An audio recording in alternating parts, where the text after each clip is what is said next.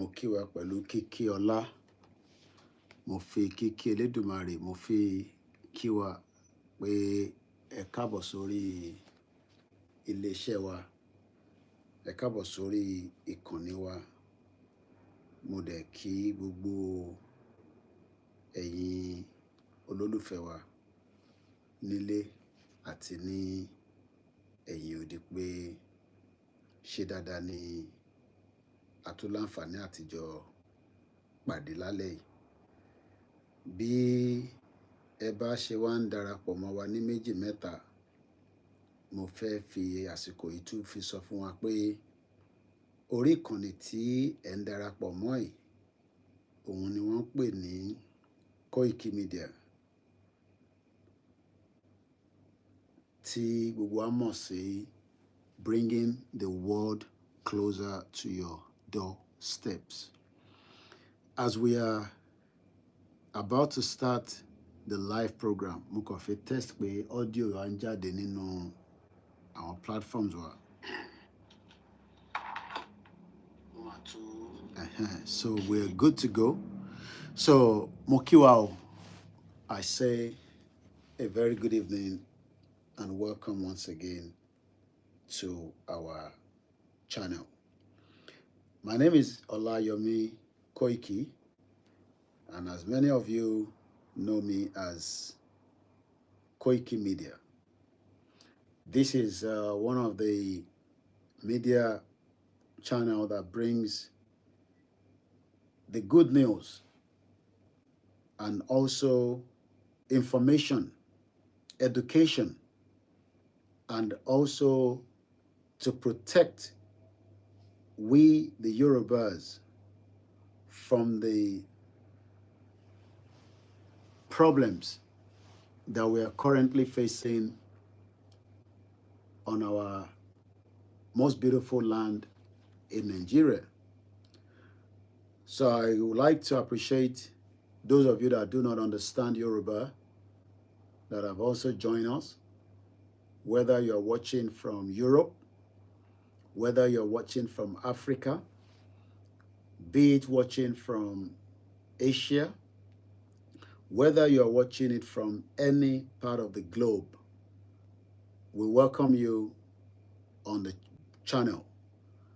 And we will be very grateful if you can also help us to share these important broadcasts as we do every night and every day. Also remember to subscribe to all our channel from our website, www.koikimediainternationalnews.com. This channel brings you up-to-date information, news, education, health, from wherever it is that you are. So please let us make sure that we also follow all our social media handles. Tonight is the 18th day of the month of July 2026. And as I speak to us right now, it is 2-0 up against France, England in the World Cup third play. Mo kí gbogbo ẹ̀yin tí ẹ jẹ́ ọmọ káàárọ̀ oòjíire. Mo ti kọ́kọ́ fi kíkí ọlá, kíkí iyì, mo ti fi kí ẹ̀yin èèyàn wa. Bí mo ti ṣe wá ń kí wa, mo fẹ́ kí a máa bá mi ṣe àdúrà tó pọ̀ fún ìyá tí ó bí mi lọ́mọ. K'Ọlọ́run wọlá èní, k'Ọlọ́run wọlá àná, kó bá wa foríjì ìyá náà. Tí mo dẹ̀ mọ̀ pé ìyá náà wà níbi tí ó wà lọ́wọ́lọ́wọ́ báyìí, tó ń bá wa fi ẹ̀mí bá wa lọ lórí in tí ilẹ̀ Yorùbá wà lénìí, So mo kí ìyá wa, the late Alhaja Koiki Ogabi Kilanko, that may her soul continue to rest in peace. Mo dẹ̀ lọ bẹ́ẹ̀ mo kí gbogbo àwọn òkú ọ̀run ti gbogbo wa náà tí ó ti jáde láyé. Gbogbo ẹni tí ó bá ní òkú lọ́run, mo fi àsìkò yìí pé kí Ọlọ́run jọ̀ọ́ kó bá wa foríjì gbogbo wọn pátápátá. Nígbà tí a ti ń kí àwọn òkú wa, mo kí ìyàwó bàbá wa Akíntóyè táwọn náà ti lọ, pé k'Ọlọ́run fi àforíjì fún ìyá náà. Bẹ́ẹ̀ ni mo kí ìyá tó bí olóyè ọmọ Adéyẹmọ Ìgbòho Òòṣà, k'Ọlọ́run bá wa foríjì ìyá náà. Mo kí ìyá wa Janet Fáṣakin. Mo kí gbogbo àwọn ìyá tí wọ́n ti wá tó ti lọ. Bẹ́ẹ̀ ni mò ń kí ẹ̀yin tí ẹ ṣì wà láyé. Mo ní bí gbogbo wa ti ṣe mọ̀ pé lórí ìkànnì wa níbí oríṣiríṣi ètò ló ń lọ láyé. Báwọn kan ṣe ń celebrate World Cup, wọ́n ń celebrate rugby. Bẹ́ẹ̀ náà ni gẹ́gẹ́ bí mo ti ṣe gbọ́ látara arábìnrin kan tí mo láǹfààní àti rí lénìí tó ń pè ní ọmọ Australia, tí ó jẹ́ kí n mọ̀ pé Commonwealth tí Nàìjíríà náà jẹ́ kan nínú ẹ̀, ó máa wáyé ní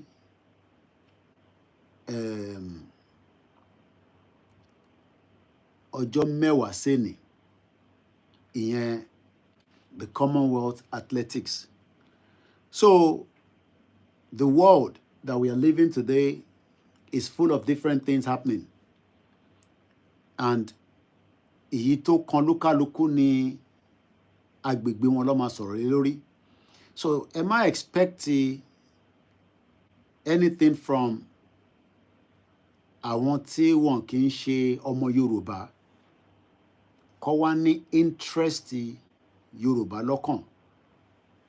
Ẹ má jẹ́ ká expect àwọn tí wọn kì í ṣe ara wa pé kó wá fún wa ní interfere. So mo kẹ́yìn Christians, mo kẹ́yìn Muslims, mo kí gbogbo wa. Lákọ̀ọ́kọ́ mo dúpẹ́ fún ìyá tó bí mi pé ó fi gbogbo in tó ní láti fi ran iléeṣẹ́ wa lọ́wọ́. Gbogbo ohun tó ní pátápátá ló fi yọ̀ǹda pé kí iléeṣẹ́ ìkó lè máa ní ìlọsíwájú, mostly through a lot of financial support. And that is the reason why kò sí bí a ṣe fẹ́ máa ṣètò tí mo gbọ́dọ̀ máa dúpẹ́ fún ìyá mi, torí she is the backbone of the Koikimedia tí gbogbo yín gbọ́ lénìí. And as usual, we are grateful for the life she has lived. So a very good evening to every one of you. On my screen opposite you, which is in front of me, I am watching England versus France. Unfortunately, we are not going to be at the final with Spain. Nígbà tí a lose sí ọwọ́ Argentina. But mo fẹ́ ká kọ́kọ́ bẹ̀rẹ̀ ètò náà nígbà tí mo ti kí ọba Elédùmarè, mo ti kí àwọn kábíyèsí wa, mo dẹ̀ ti kí gbogbo ẹ̀yin tí ẹ ti ń wọlé. Ẹ bá wa comment, ẹ bá wa like, kẹ bá wa share. Topic tí mo mú wá lálẹ́ òun ṣe ní ìrìn àjò tí a gbé dání nísìn. Torí ìrìn àjò ó máa ń lọ for títí ni. Kò ń ṣàwa la kọ́kọ́ dáyé.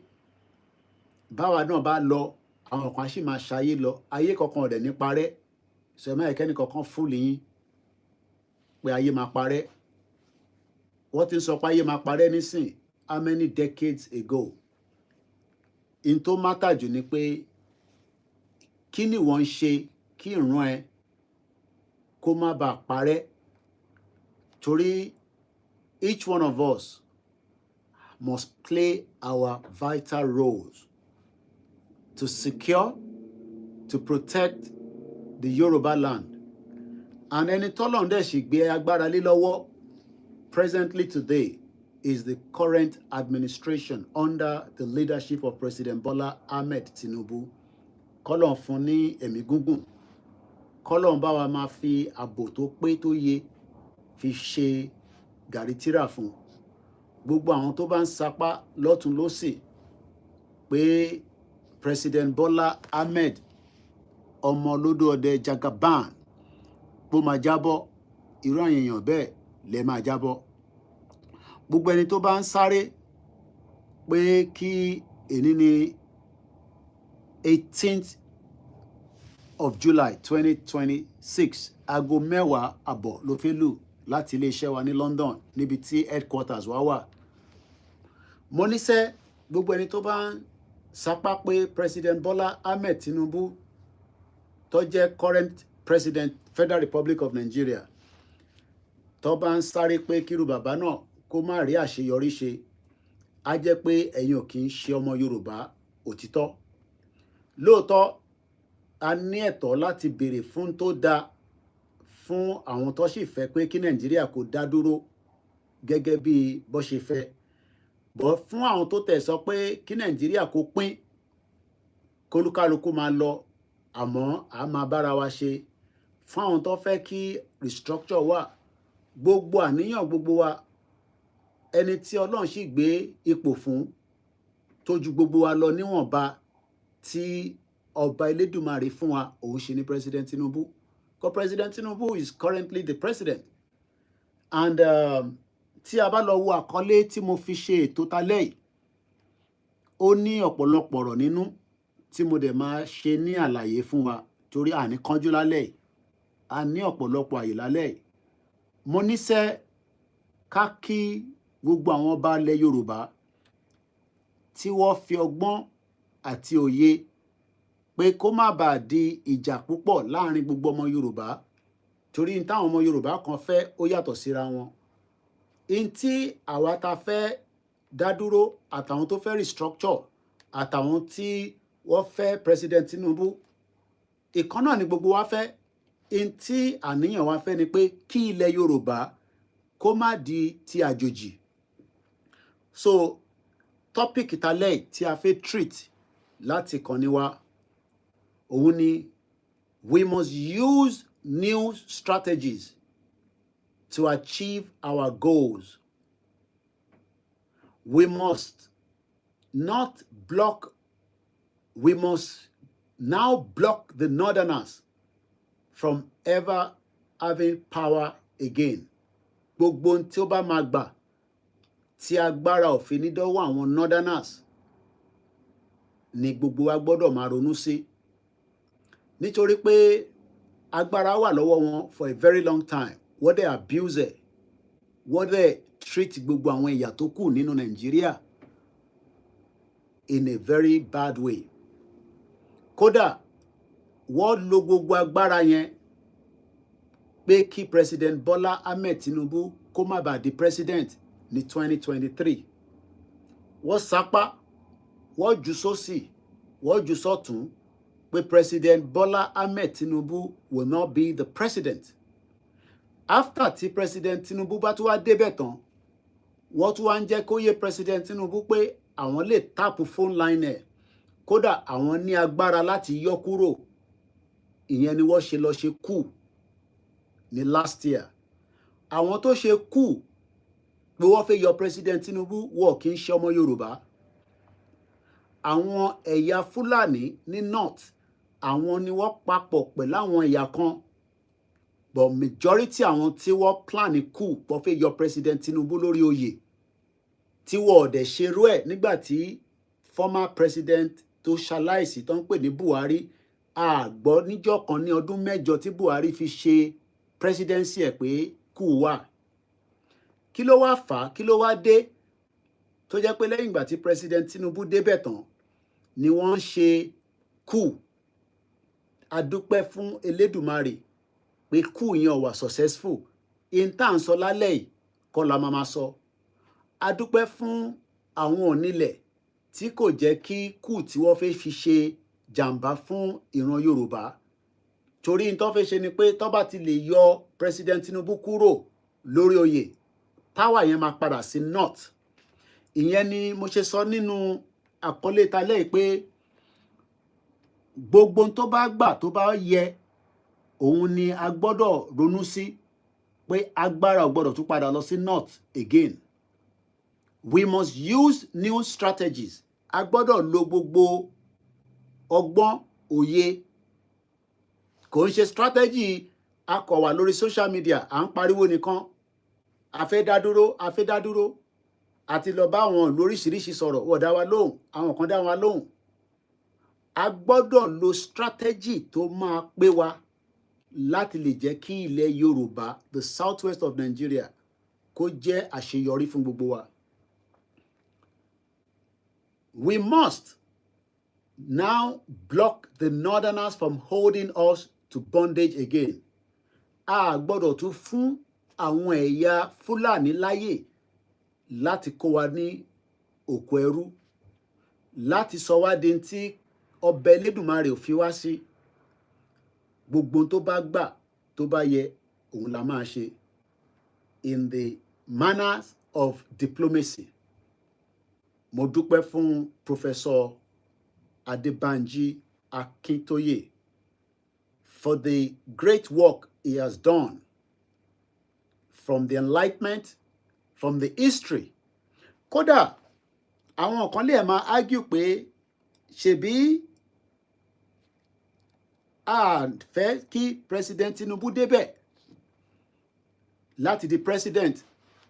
Kí ló wá dé tí a tún wá ń yí òun padà pé President Tinubu gbọ́dọ̀ continue? Lóòótọ́, it was an advice for him not to, because a mọ̀ pé wọ́n ní fẹ́ kó rí ṣe. But President Tinubu is a very strong person as well in his own capacity. And even tí gbogbo èèyàn bá sọ fún President Tinubu pé má lọ di President ti Federal Republic of Nigeria, o lè rí kankan ṣe sí. Ẹ jẹ́ ká gbọ́ èsì tí bàbá Akíntóyè sọ ní 2021 tí mo lọ mú jáde yìí. Let's listen carefully. Tó bá jẹ́ ayé dáa, tán bá ní Professor Akíntóyè lọ́mọ́mọ́ yín kan wá kó wá ṣe President Tinubu máa lọ mú. Why? Because only experience, only guts.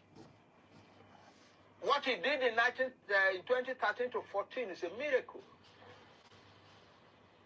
Yeah.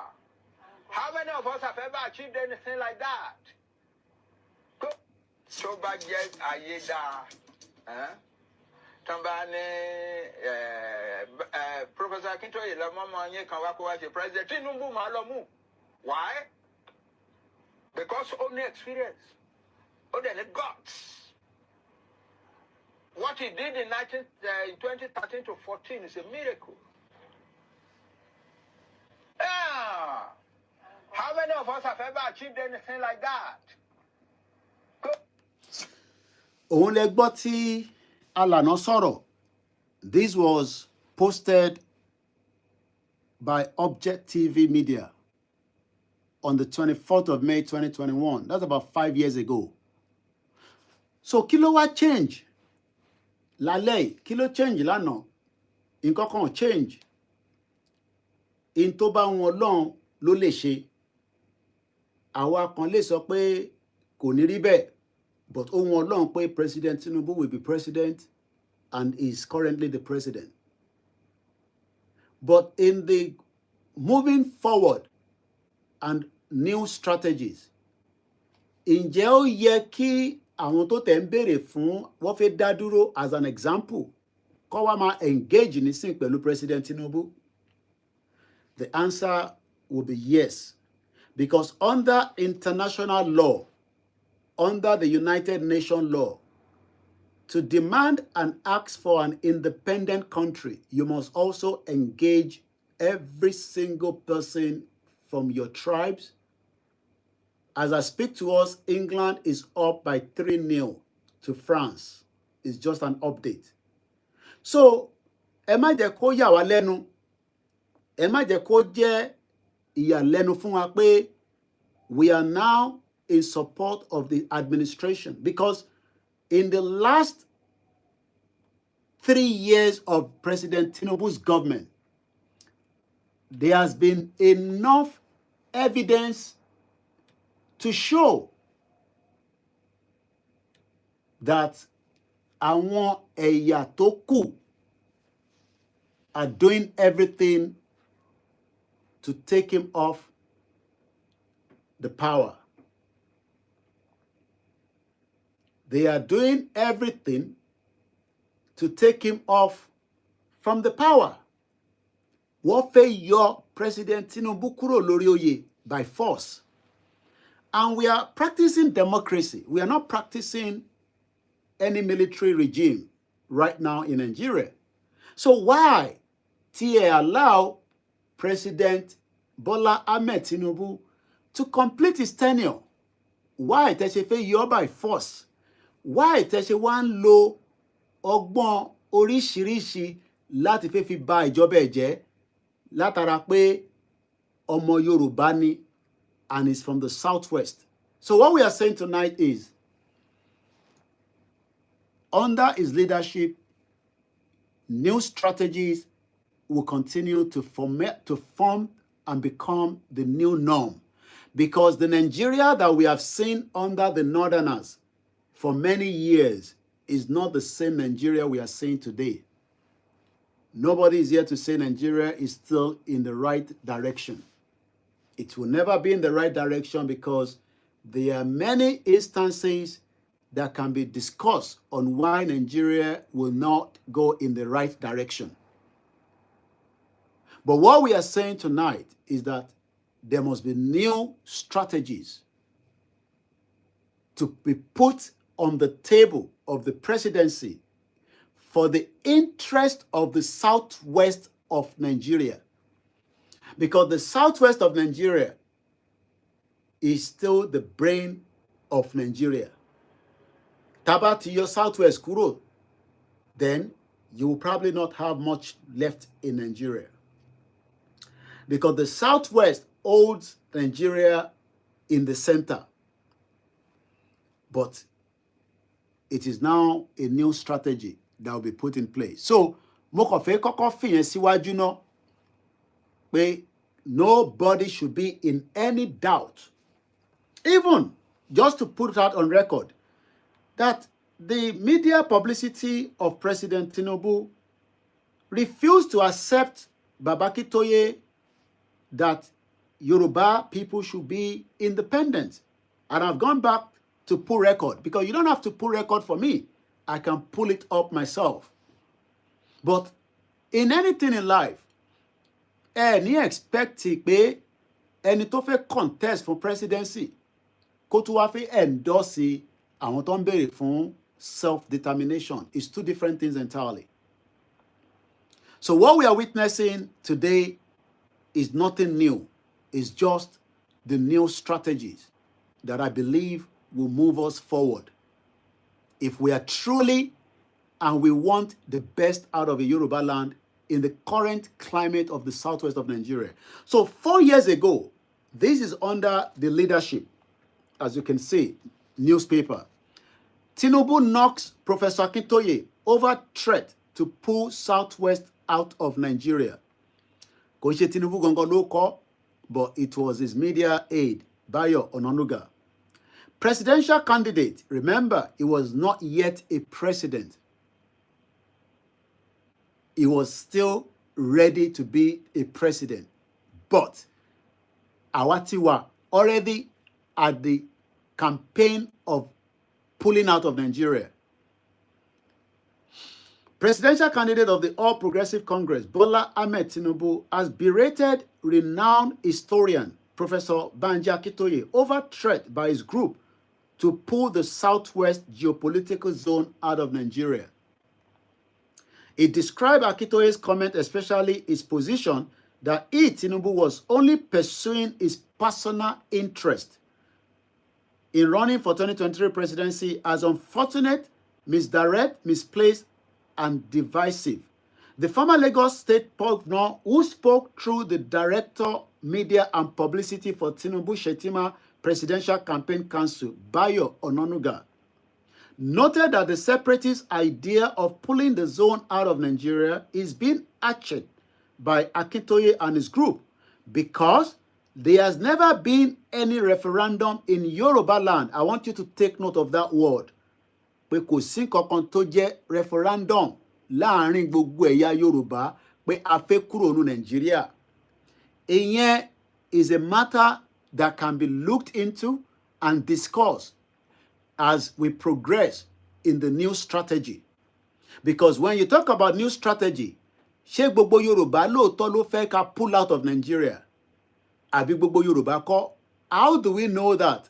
How do we put the censor out or the poll láti fi confirm pé every sons and daughters of Yorùbá ló fẹ́ ká pull out? Àbí àwọn tó ní kó restructure Nigeria and we can still remain one unit Nigeria? But since that has not been done, yes, there is a case. While we are campaigning, Nigeria, not everybody has agreed in that direction. And that is why I am reading this, that the presidency under the spokesperson did not align with the campaign for a pullout of Yoruba people out of Nigeria. So the statement was issued to this effect on Thursday night. The APC standard bearer said, to be candid, there are several agitation groups in the southwest and in other parts of Nigeria who wrongly think the best way to demand for justice and fairness is through breakup of our country. The question tonight is there justice? Is there fairness for the Yoruba people, the Igbo people, and mostly the Hausa people, the Ijaw people, the Middle Belt? Ṣé justice and fairness ṣó wà fún wọn? You can help me to answer that as you are listening to this audio or Fẹ́yìntẹ́ wò ní live. It is coming up to 11 p.m. at exactly 22:44 p.m. London time, where I am currently speaking. So you can see that in the Yoruba land, as power Tiwa lower President Tinubu as at the time, there is no way he would even endorse or support a pullout of Nigeria. But now that there is a power in his hand, we have now witnessed and we have seen that structures that can be what is known as, for example, a state police. Because having a state police is in the interest of not just the Yoruba people, but it is also in the interest mostly those that have been badly affected by the terrorism that has savaged every part of the state, mostly like the Middle Belt and currently the northern part of Nigeria. But I want not now for state police. Constitution. Many argument that the current constitution, whether it is written by the military or not, is questionable. Because if you don't have a constitution that works, they are likely that your government will not function and run properly. Again, the current administration is doing what they can do to make the constitution to be reviewed, to be looked into, and then reworked. Democracy is not a perfect thing yet in Africa. And it will not be perfect because everybody have their own interest. The interest of the Yoruba people is different from the interest of the Hausa people. The interest of the Fulani is different from the Igbos, the Ijaws. So we are in a country, tí gbogbo wa ní different interest. As I speak to you right now, France is definitely losing to England. Bó ṣe jẹ́ kó play pẹ̀lú Argentina nìyẹn. We are currently 4 and France is 0. Ọmọ Yorùbá lẹni tó score Saka. Lọ́jọ́ iwájú lọ́bẹ̀ Elédùmarè ilẹ̀ Yorùbá náà máa láǹfààní àti lọ gbá World Cup. Ìgbà yẹn tó máa ṣẹlẹ̀ lèmi ò mọ̀. But as I speak to you right now, it is 4-0. So just to close the audio, torí mo fẹ́ kọ́ audio yẹn kó gùn púpọ̀, òun ni pé giving endorsement to President Tinubu now kò ń ṣàṣìṣe, kò ń ṣe ìkà. It is also a strategy to protect and achieve our goals, just as England is playing and winning against France. How France will score 4 go-backs, I don't know. It can happen, but the chances are very, very slim. I'm talking about 45 minutes for them to play and win. Right now, 4 plus 4 will be 8. Men in England, ìgbà lọ́wọ́lọ́wọ́, President Tinubu ti ṣe ìdajì nínú mẹ́rin tó ń ṣe lọ́wọ́lọ́wọ́, which is 3.5. And we don't expect anybody ní tó jọmọ Yorùbá kó wá máa condemn pé àwọn ò fẹ́ kí President Tinubu kó continue. Whereas President Buhari ṣọdún mẹ́rin, ó tún padà wá ṣọdún mẹ́rin, even though it was not the best. I am not talking about the economic part of the country yet. I am talking about ẹ̀tọ́ tó fi lè mú Buhari ṣe ọdún mẹ́jọ. Ẹ̀tọ́ yẹn náà ni kí a jẹ́ kí President Tinubu ṣe. And in between that, strategy and our achievements can be put on his desk. Let me leave it for now and let's continue. Koikimedia bringing the world closer to your doorstep. Now, as we continue with the discussion tonight, I will give you the platform tonight to come and also engage. I'm going to telephone number sita. Lori, especially TikTok, to come in. But for now, come in Kondia Sara. Moki àwọn team wa. Mo dúpẹ́ lọ́wọ́ inú àwọn France ò dùn rárá. They are ojú wọn korò gẹ́gẹ́ bí ojú àwọn Fúlàní àti àwọn ẹ̀yà kan bójú wọn ṣe ń korò pé àwọn ò like President Tinubu. And let me put it on record. Ní jókòó síbí báyìí, ní jókòó anywhere gẹ́gẹ́ bí ọmọ Yorùbá ká wá tako President Tinubu. Tako all the way through, but we were calling his attention to the crisis and the pain that we were suffering in the current climate known as Nigeria. Saka is about to kick the football through the corner, and it seems now that there's going to be a final 4 minutes has been played, and Omalofon halftime. Ojú France ń korò lọ́wọ́lọ́wọ́. Ojú àwọn ẹ̀yà Fúlàní ń korò. The northern part of Nigeria tonight is not pleased and happy with President Bola Ahmed Tinubu, and that is why they are doing everything to make sure that they can crush his government. And we know that politics is a dirty game. And when Toba sọ pé politics is a dirty game, the opposition, which is already a dead opposition because we don't have any opposition in Nigeria as far as I'm concerned. If you talk about PDP, they are not unite. It's more or less like a waste of time. If you talk about any other political party, even if PDP ò bá tẹ̀, your position is strong. Èwo ló fẹ́ wá sọ tó jẹ́ èyí tó dáa. But in tí mo fẹ́ kí a kọ́kọ́ lọ gbọ́, you have the right to endorse and support any political party that you want. But fáwa tí a jẹ́ ọmọ Yorùbá ní Southwest, nílẹ̀ Yorùbá, láti Kwara State tó jẹ́ ilẹ̀ Yorùbá, because ilẹ̀ Yorùbá ní Kwara State, wọ́n gé mọ́ northern part of Nigeria ní iṣẹ́ àwọn British nìyẹn. Kogi State ilẹ̀ Yorùbá ní.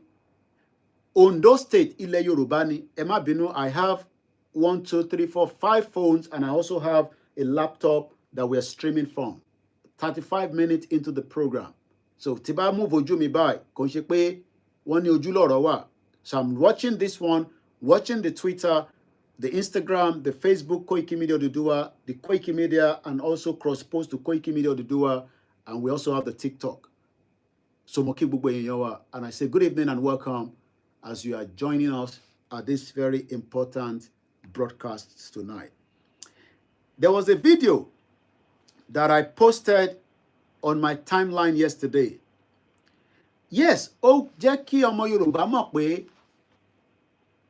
tá bá fẹ́ the interest of Yoruba, be it whatever your position or whatever your belief fún ilẹ̀ Yorùbá, you want a good Nigeria, ọmọ Yorùbá nìyẹn. You want a restructured Nigeria, ọmọ Yorùbá nìyẹn.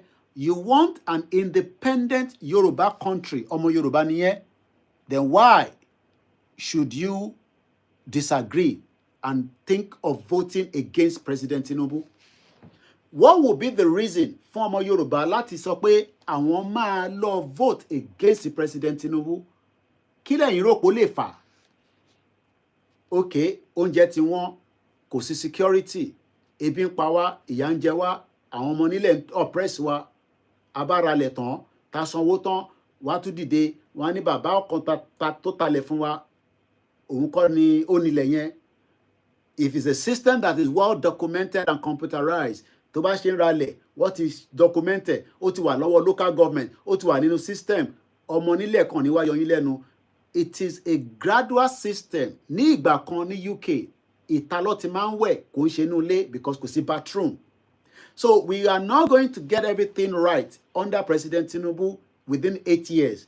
But what we expect from President Tinubu is to make sure that the power, agbára tí ó ń lò lénìí, will not be truncated by the northerners after the President Tinubu bá parí oyè by 2031. Kódà, there must be a continuity of a southwest president tó bá jẹ́ pé a ṣì máa wà ní one Nigeria. A gbọ́dọ̀ allow kí power padà lọ sí north. Nítorí pé àwọn northerners ò mọ agbára lò, wọ́n ṣì lò, wọ́n lò bàṣàbàṣà, wọ́n fi tẹ̀ wá, wọ́n fi oppress wa, wọ́n fi subjugate wa, wọ́n tún wá ṣe fi terrorism, wọ́n fi ń fìyà jẹ wá in our own land. And this is the reason why, lágbára Olódùmarè, inshallah wa kudaratullah, àwọn mùsùlùmí tó ń jíyàn gbé yẹn, àwọn kì í ṣe mùsùlùmí southwest. But a mọ̀ pé láàrin àwa southwest, a ti kó ẹran mérò, ibẹ̀ kọ́ la fẹ́ lò. What we are saying tonight, ẹ má bínú, mò ń wo bí go yẹn ṣe wáyé ni o. Àwọn boys yìí play dáadáa lálẹ́, mo mọ reason tí kò ṣe lò wọ́n at the beginning of the game with Argentina, but that's fine. So, in tí mo fẹ́ fàyọ ni pé the current administration of President Tinubu, the North, are so concerned. Má wá jẹ́ pé nítorí ìrẹsì ti di 80,000 naira, torí ẹ̀ ìjọba Buhari tẹ́ lọ́rùn tẹ́lẹ̀. Má sọ pé torí Buhari epo tí à ń rà nígbà yẹn ó ti wá wọ́n nísìn. We should think about the better long-term future of a Yoruba land as either in Nigeria, as some of you believe, or outside Nigeria where we can have a better opportunity. Mo pàdé girl kan, ọmọ 21 years old. Òun ló jẹ́ kí n mọ̀ pé the Commonwealth Athletics is coming up in Scotland. Ìyẹn ní in the next 10 days. She's only 21 years old and representing a country. Tó ń pè ní Australia. Now, as many of us knows that we have a lot of Yoruba people, well talented in football, in basketball, in everything of whatever you can think of.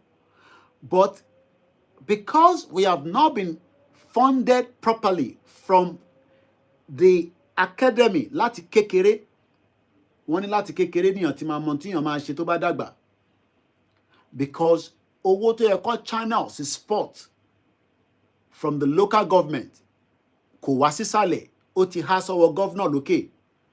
And we believe now that President Tinubu must stop such a drastic situation where the governors remain accountable for holding the local government funding. There must now be a full autonomy. Us, mo lè lọ decide pé mo fẹ́ lọ contest as an example at the local government and be able to know that owó tó bá wọlé a máa fi ṣe tó yẹ kó tọ́ tó yẹ, àbẹ́yìn tẹ́ bá fẹ́ ṣe, as we still remain in one Nigeria. But in a situation where the funding that is meant to go for the local government ó ti wà lọ́wọ́ àwọn kan, àwọn ni wọ́n wá ń jẹ gàba lé lórí, all these must now be looked into as we continue, to review, discuss, and ask for everything as we have said. Now, mo post video kan lánàá sórí social media. Mo fẹ́ lọ play video yẹn. Mo dẹ̀ fẹ́ kí gbogbo wa ká farabalẹ̀ gbọ́. Mo kí gbogbo àwọn tíìmù wa tó ń ṣiṣẹ́, mo kí gbogbo ẹ̀yin màmá wa ní gbogbo ibikíbi tí ọba Elédùmarè bá ní kẹwàá. Mo dẹ̀ fi àsìkò yìí kí gbogbo àwọn tó ti ṣaláìsí, k'Ọlọ́run foríjì wọ́n. Gbogbo àwọn tó wà ní capacity tó wà ní àhámọ́ àwọn Fúlàní tó ń jíyàn gbé, k'Ọlọ́run jọ̀ọ́ nínú ọlẹ́ kó bá wa yọ wọ́n láìpẹ́ láì jìnnà, torí pé ìbànújẹ́ ni fún ẹni tí ó bá wà ní àhámọ́ Fúlàní. Ẹni tó gbabẹ̀ kọjá nìkan ló lè mọ bó ṣe ń lọ. Àwa ò dẹ̀ ń ṣe ẹ̀yà kankan ju ọmọ Yorùbá lọ tó nífẹ̀ẹ́ Yorùbá, tó dẹ̀ fẹ́ àṣeyọrí sí ilẹ̀ Yorùbá. And that is why we must have a new strategy as we move forward. Not just because Tinubu has given Igboho freedom, but we must also do everything to make sure that no other tribes will bring his government down for their own interest. Interest tiwa ni tiwa, which is Yoruba land. And tó dẹ̀ ṣì wà níbẹ̀ nísìn, ọmọ Yorùbá ni, kò tí ṣe ìtafẹ́ lóòótọ́, but we pray that Elédùmarè á bá wa kó sí bàbá nínú, so that he can do exactly as we want. Let me try and see if I can pull it up, or let's do it this way. Let me repost it again so Ali Jakoya láti pull it. Please share this program and invite others to do so. I'm going to post the video again, then what is this done for? Oríṣiríṣi tí summer bá ti dé, problem tá máa ń face nìyẹn, oríṣiríṣi ló máa fò káàkiri. So no go better for you. Remember, Last election, you know how much I spent on you now, Obi? DSS arrest me because of Peter Obi. That show Remember. will come be me. Okay. Peter Obi is a very wicked man. Okay, Even remember. Peter Obi picking self, no go support him. Obi, you are a wicked being. Okay. No go better for you now. Last election, you know how much I spent on you now, Mo Obi? kí gbogbo wa lẹ́ẹ̀kan Obi, sí. you and everywhere we dey sing. Even my hotel for Ibadan, I cash you now for Obi. I did everything. Now you not sell you now boat. Now you not. No, I want that video because I want other to be able to listen to it. Bí ṣe ń play yẹn kò ní jáde pẹ̀lú other platforms. So let me see if I can pick it up from my X handle. Lẹ́ẹ̀kan sí, I welcome you to the broadcast, and like I said, a máa fún yín láyè. Let me jẹ́ n tan fáànì yẹn padà torí gbà tí mò ń sọ̀rọ̀ lẹ́ẹ̀kan kẹ́kọ̀ọ́ yẹn máa pọ̀ nínú ẹ̀ ni, but oru yẹn ti fẹ́ máa mú mi nísìn. So I'm so happy. No matter, even though gbogbo wàhálà tí England dá sí wa lọ́rùn àti UK generally, I'm happy that we are winning the game because I live here. I've lived there all my life. So it doesn't matter. I am happy that they are currently winning their game tonight. This is what we expected them to do. But as we know, it never happened because àwọn tó ṣe coach yẹn tó lọ lo àwọn tí kò yẹ kó lò. Mo kí gbogbo èèyàn wa lẹ́ẹ̀kan sí i. A máa fi nọ́mbà síta tí ẹ máa fi bá wa sọ̀rọ̀ láìpẹ́. Mo kí gbogbo ẹ̀yin dádì wa. Wọ́n ní until England take their hands off Yoruba land, they won't win a World Cup. Well, probability yẹn náà wà. Anyway, let's hear this. Mo kí àwọn team wa that are working around the clock. It's not easy at all, especially with little resources. Ẹni tí a fẹ́ sanwó website fún, mo ti fún wọn ní 50,000 naira. Èèyàn kan tẹ promise wọn máa fún wa ní kankan, but àìtí rí. Ó yẹ ká ti balance. Yes, it's 4-0. England is leading at the moment. Ó yẹ ká ti balance ẹni yẹn ní 100,000, but since we don't have enough, 50,000 tí mo láǹfààní àti lè fún náà ni mo ti fún wọn. So mo dẹ̀ dúpẹ́ lọ́wọ́ gbogbo ẹ̀yin tí ẹ ti send owó sí sister wa tó wà bedridden. We are very grateful as well. We appreciate it. Ọlọ́run ní jẹ́ kó tán níbẹ̀. Àṣírí gbogbo wa máa bò. Àṣírí wa ò ní tú. Okay, I'm not sure why the video, I'm not seeing it. It's very strange. Ìbáná la ṣe post ẹ̀, kí ló wá dé tí kò show lórí timeline mi mọ́? All right. Okay, anyway, I will play the video from here, but àwọn tó kọ̀ wá lórí Facebook ò ní gbọ́ ni. In tí mo kàn fẹ́ lò ń bẹ̀, gbogbo ala ti gbọ́ tí brother wa Ayọ̀ Fáyọ̀ṣe tó jáde tó fi gbogbo ara sọ̀rọ̀ tó bínú tán, which is normal. You know, he's a human being, and he has the right, you know, to be angry and upset. But only statement kan tí mo fẹ́ ká gbọ́ nínú ọ̀rọ̀ tí Isaac Fayoshe, Ayọ̀ Fayoshe, Isaac ni mo fẹ́ sọ, not Ayọ̀ Fayoshe, Isaac, the younger brother.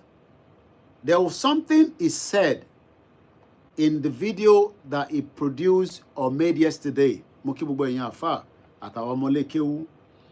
And that video indicates that àfi tá bá ń parọ́ fúnra wa as Yoruba people,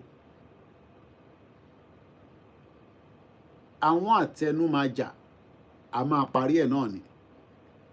There is no way pé a fẹ́ gba Yoruba nation, even if we want a Yoruba nation, that we will not involve or drag our politician into it.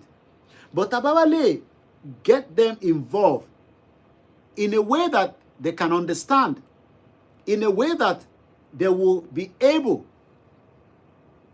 to get the message without violence, or without a way that they will see us as their enemies. I think we will also achieve something. Probability is there. Not that they will accept straight away, but wọ́n ní ọgbọ́n tí gbogbo ọmọ Yorùbá ní, òun náà ni gbogbo wa jọ ń lò, but we are using it in different ways. Ọgbọ́n tí President Tinubu ń lò lọ́wọ́lọ́wọ́ nísìn, ọgbọ́n yẹn wà lórí ẹ̀, and we pray that he will be able to deliver from what he's currently doing right now, because even as is there, àwọn kan fẹ́ kó rí àṣeyọrí ṣe, and even these are Yoruba people. So it is sad pé ọmọ Yorùbá kan máa wá ní torí ebi ń pa wá, ìyà ń jẹ wá, wọ́n jí wa gbé, for that reason wà wá lọ campaign against the President Tinubu. And we know the game they are playing. As an example, the governor of Oyo State wants to beat the president as well. He has the right, under the current rules and regulation, the Constitution of the Federal Republic of Nigeria. He has the right to campaign to be the president. But ní ọkàn ara yín, do you think that the current governor of Oyo State can be the president of Nigeria? That people will vote him? And what is their own intention? I am not talking about the current so I am talking about what is his intention. Is it also to give us a better Nigeria, or to bring a betterness of what? Ẹ jẹ́ ká gbọ́n tí Isaac Fayoshe tó sọ, but arákùnrin tó sọ̀rọ̀ yìí, òun nìkan náà àwọn òun náà máa ń ṣe content mo mọ orúkọ ẹ̀, but I'm sure some of you have heard the video, but let's just hear the soundtrack. No go better for you now. Last election, you know how much I spent on you now, Obi? TSS arrest me because of Peter Obi. That show reckon be me. Peter Obi is a very wicked man. Even Peter Obi picking himself, no go support him. Obi, you are a wicked being. No go better for you now. Last election, you know how much I spent on you now, Obi? Obi, one day, everywhere we dey sing. Even my hotel for Ibadan, I dash you now for Obi. I did everything. Now you now sell you now vote. Now you now even come where we did. How many times where you did when I did protested? So I come meet Sheyi, I won't die. Make you not die. Ẹ̀gbọ́n kan tó sọ mẹ́ẹ̀, ó ní I come meet Sheyi, ìyẹn Isaac, kóun lọ pàdé Sheyi, àmọ́ bí tó ti pàdé, bí a club ni, bí a lé lóúnjẹ ni. Àwọn ọmọ obedient, wọ́n wá ń fi èpè ránṣẹ́ sí Isaac Fayose tó ń support ọmọ Igbo tó ń pè ní Peter Obi. I'm sure pé nǹkan tẹ́yìn kan fẹ́ náà nìyẹn, especially àwọn ẹ̀yà Igbo kan in táwọn fẹ́ ni pé káwa wà against the President Tinubu káwọn lè máa rẹ́rìn àníyàn ọ̀dẹ̀ lè wáyé. In táwọn ọmọ Igbo kan fẹ́ kò ń ṣe gbogbo wọn o, kò ń ṣe gbogbo wọn, but the majority of them want, especially àwa ta ní a fẹ́ Yorùbá nation nìyẹn, wọ́n fẹ́ jẹ́ ká dẹ̀yìn lẹ́yìn President Tinubu káwa against ẹ̀, especially Ìgbòho, torí wọ́n mọ bí Ìgbòho ṣe jẹ́ as a voice in Yoruba land today.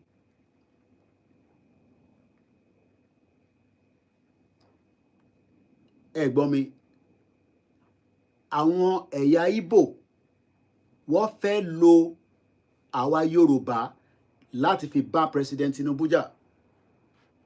We have seen all that trait before, we know, kò ń ṣe pàmò, but ṣe mọ̀ pàwọn alágbọ́n ọba Lédùmarè dẹ̀ fún wa ní ọgbọ́n tó pọ̀. Ọgbọ́n yẹn ò dẹ̀ ní kúrò torí pé ọgbọ́n tí Elédùmarè fún wa a lò against Britain, a win wọn.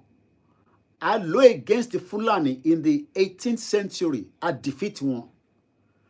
In the 1990, a lò again against the same set of the military, a defeat wọn. In 1840, ẹ ṣé. A lò ní 21st century, a dẹ̀ sì ń lò lọ́wọ́lọ́wọ́, a dẹ̀ máa defeat wọn. Mo kí gbogbo èèyàn wa, ẹ káàbọ̀ sórí ètò wa. England ń win lọ́wọ́lọ́wọ́ 4-0, bó ṣe jẹ́ kó gba pẹ̀lú Argentina nìyẹn, but adúpẹ́ fọlọ́run. Bí olóyè Ìgbòho ṣe máa ń sọ pé dúdùn lọ́sàn máa so, ojú ló ń kán ìbòjì, òun máa débẹ̀.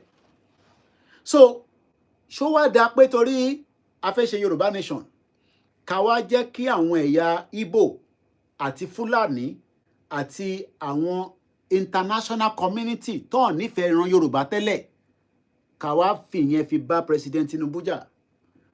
We can question him, we can put him on test, which we have done, and we are proud to have been able to do it, and we have never regretted it.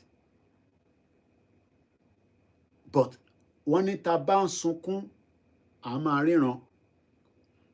We will not allow any other tribes or ethnic indigenous people that are part of Nigeria to use us against President Tinubu. Yay! What is score? What is your score? Ti di 4-1. Mbakwe ti score. Báwo lẹ ṣe filẹ̀ tó wá score? I know I'm a France in doom. Anyway, football náà nìyẹn. Ó ṣì di 4-1. Let's see how far it goes. Mistake. Ṣé bó ṣe jẹ́ kó gba bọ́ọ̀lù lọ́wọ́ ẹ̀. The same mistake tó ṣe tí Argentina fi gba bọ́ọ̀lù lọ́wọ́ wọn náà nìyẹn. The same mistake yẹn, silly mistake. So I hope pé ẹ ń bá mi lọ, ẹ má bínú, mo kàn fi yẹn, you know. wọ́n ní the two colonies are catching the ball bẹ́ẹ̀ ni France àwọn lọ colonize gbogbo àwọn area Benin Republic nǹkan kan Niger Chad àwọn yẹn ti gba ara wọn lẹ̀ Britain àwọn lọ but England ó wà lára UK ìlú mẹ́ta làwọn England Scotland Wales ó di 4-1 so tá bá wo game tí wọ́n ti ń play ball all along òun ni pé kí àwa ta gbé self determination dání ká fọ́ lójú pátápátá ká destroy President Tinubu ká gbé wálẹ̀ and that is why people that are not in support even as we speak right now they are not in support pé Tinubu wò lẹ́ ń pè nísìn is because they are also one of the Yoruba people that want to bring Tinubu down. And it will be difficult to bring him down. Tẹ́yìn ò bá ti lè gbé ìgbésẹ̀ yẹn, but nílò Ìgbòho láti fi gbé ìgbésẹ̀ yẹn. Ẹ̀yin lẹ máa lọ gbé ìgbésẹ̀ yẹn. Tẹ́ bá ti lè rí ṣe. Akọni ni gbogbo wa àbí? Ọmọ Yorùbá ni gbogbo wa. Yes, you can do it. But you cannot use Ìgbòho as a scapegoat for such. Because it is a new strike. Emma Binente on Facebook. It seems I'm not really looking at this side. I think next time I will have the laptop here. Call it face me by. And I think I can. I thought it was going to be good like that. Okay, let me take the camera off and bring it back this way. But that makes sense because it's like we more really oju oju temi náà. So I think I should bring the laptop here so that way marry me instead of the other way around. Even though we ulole there, but at least she better. Let's now see. Yeah, I think it's far better. At least it's more or less like, you know, I'm looking at all the cameras this way. It makes sense, Ben. Listen, am I binu? How many people agree with this statement? Timosoni saying that àwọn ẹ̀yà tó fẹ́ jẹ́ ká wà ká folójú tán pẹ̀lú President Tinubu. They are also Yoruba people. Mostly the diasporas. Any diaspora that is expecting anything different from whatever is going on right now. I wanted to score many. Okay, that's got a line. Okay, I can't repeat any. Any diaspora that is expecting anything different from what is going on in Nigeria today, anybody to buy expect, they're expecting anything different. I just pay in Gongole, ni fele Yoruba. Tinubu is not a perfect person. I am not a perfect person. You are not a perfect person. But we should be more concerned about the Yoruba land to connect Gbogbo together. Because the Yoruba land is what connects every one of us. The reason that is because we are connected with the land. And until we start understanding that even how the new norm of the world, we thought Ogun, Iran àti America, it seems it is coming back again with a new strategy. And I listened to, because I listen to a lot of different, platforms that are English and other Asian Middle Belt. A man was saying that the new Iran leader, Tí rí sójú báyìí, àwọn kan ló ti ní disfigure because ìgbà tó pa bàbá ẹ̀, òun náà wà nínú ilé yẹn, àwọn kan ló ti kú. Even America àti Israel ò mọ ibi tó wà. I'm talking about the new leadership of Iran. But order to give jáde, bí òun ni, bí a proxy ni, we don't know. Wọ́n attack ship méjì ní Oman. Show Oman be one of the region. I'm talking about nínú dock wọn, Iran is sending missile to lo bá ship méjì. That is a new change of ways of Strait. We've been hearing about Strait of Hormuz. This is now a new game. Bí ṣe bá ń sọ̀rọ̀ lálẹ́ American military méjì ti kú ní Jordan látara new ìjà tó tún ṣe bẹ̀rẹ̀ yìí. 16 American soldiers. American soldier kan bá kú bí ìgbà 1 million people ló kú lọ́dọ̀ tiwọn. Kò dàbí ọ̀dọ̀ tiwa tẹ́ pé béèyàn kan bá kú àtẹ̀ǹfilẹ̀ a máa ti gbàgbé.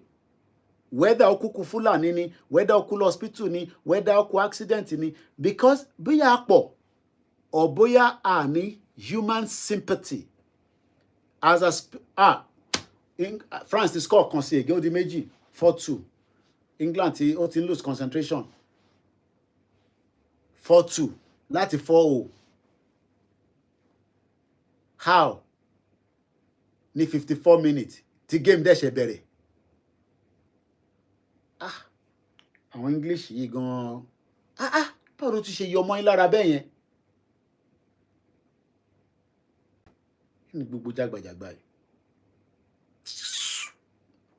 Nonsense. This is total nonsense. Anyway, Nigeria kọ́ ló ń play ẹni kókó yẹ pé second country mi náà ní England. Àṣẹ o. Inú bí Saka. Ẹ wo coach wọn tó ti dákẹ́ tẹ́lẹ̀. Ojú wo ni wọ́n ń gbé sókè. Ó ń lanu pé báwo ló ṣe wọlé. Ẹ̀yin kọ́ lẹ fílẹ̀ tó fi lọ score. Kàn jẹ́ kó gbọ́n goal wọlé láàrin 10 minutes. Ó di 4-2. Ẹ má bẹ̀. Èyí tí mo ṣe ń wo bọ́ọ̀ nìyẹn. Nonsense. Anyway, let's come back to the conversation. So, ntẹ̀mọ́ bí tí mo bọ́rọ̀ dé báyìí mọ́ nísìn to lose the lines me. So what I'm just trying to explain tonight, kó tó di pé mo máa fún yín láyè kẹ́ pè wọlé, I think that is what we should do now, is that there is still hope for Yoruba land. There's no doubt about it. How fast it will happen, it must happen in our lifetime. Èmi ò tí pé 50.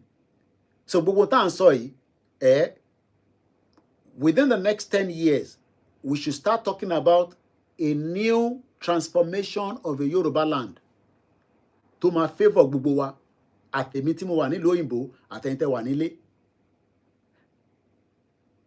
I think that is what we should think of. The long-term goals, not the short-term. The short-term is painful. It has been painful not because of Pashe Yoruba nation. The Yoruba people have been pained because Tiko Bawa painful. My late mother should not have left Nigeria in 1992 when she left everything and relocated back to London. And up till her death, Nigeria has not yet worked. So are you telling me now, where President Tinubu ló bà Nigeria jẹ́ ní 1992? I'm asking a question. Àbí nǹkan tó ti bàjẹ́ láti 1992 wá rectify ẹ̀ within ó tún ti face call mi ṣá.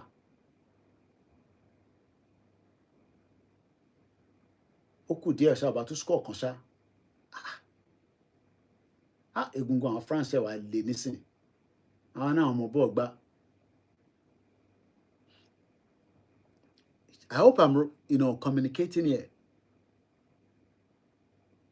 I'm asking again.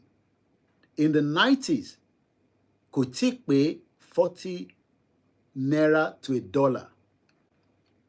In tó lé ìyá tèmi kúrò Nàìjíríà nìyẹn. Mama sọ fún mi pé ìwọ kọ̀ kúrò Nàìjíríà. Yàtọ̀ sẹ́ńtọ́ kódà tó bí síbí báyìí tó wà Nàìjíríà.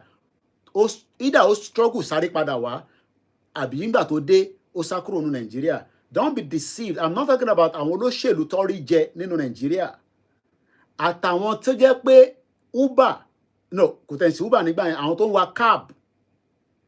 Àwọn governors wa kan nílẹ̀ Yorùbá lénìí, cab náà wà ní London. I don't want to mention names. Àwọn tó jẹ́ pé amọ̀ṣẹ́ tó ń ṣe ní America, àwọn náà struggle just like báwa náà ṣe ń struggle nísìn, because gbogbo ẹni tó ń gbé ní diaspora ń struggle ni, whether they like it or not. Because this is not our territory, this is not our home. Ní choice. Tàbá ní choice, ilé ló yẹ ká wà. But the factors of being in the house, we have not been able to. Ìyẹn ni gbogbo wa ṣe wà níta lẹ́yìn odi.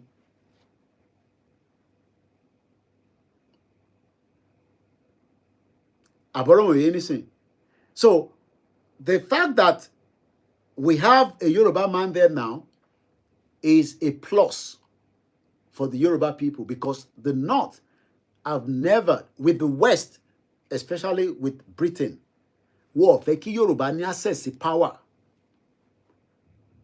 Yes, it will favor his friends and his cronies. There's no doubt about it. Whether it's the Shagoris that will take the contract of the coastal rail. Yeah, wọlé yé, kò wọlé ṣá.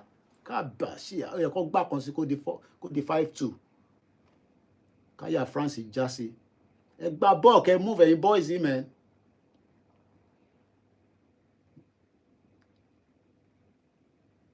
So, àbọ̀rọ̀ yẹn nísìn.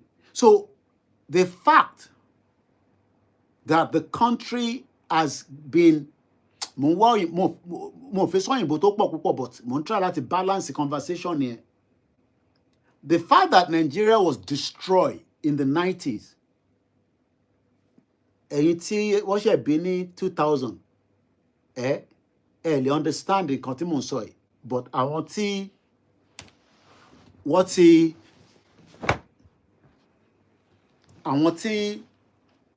wọ́n ti dàgbà, àwọn ló lè understand it.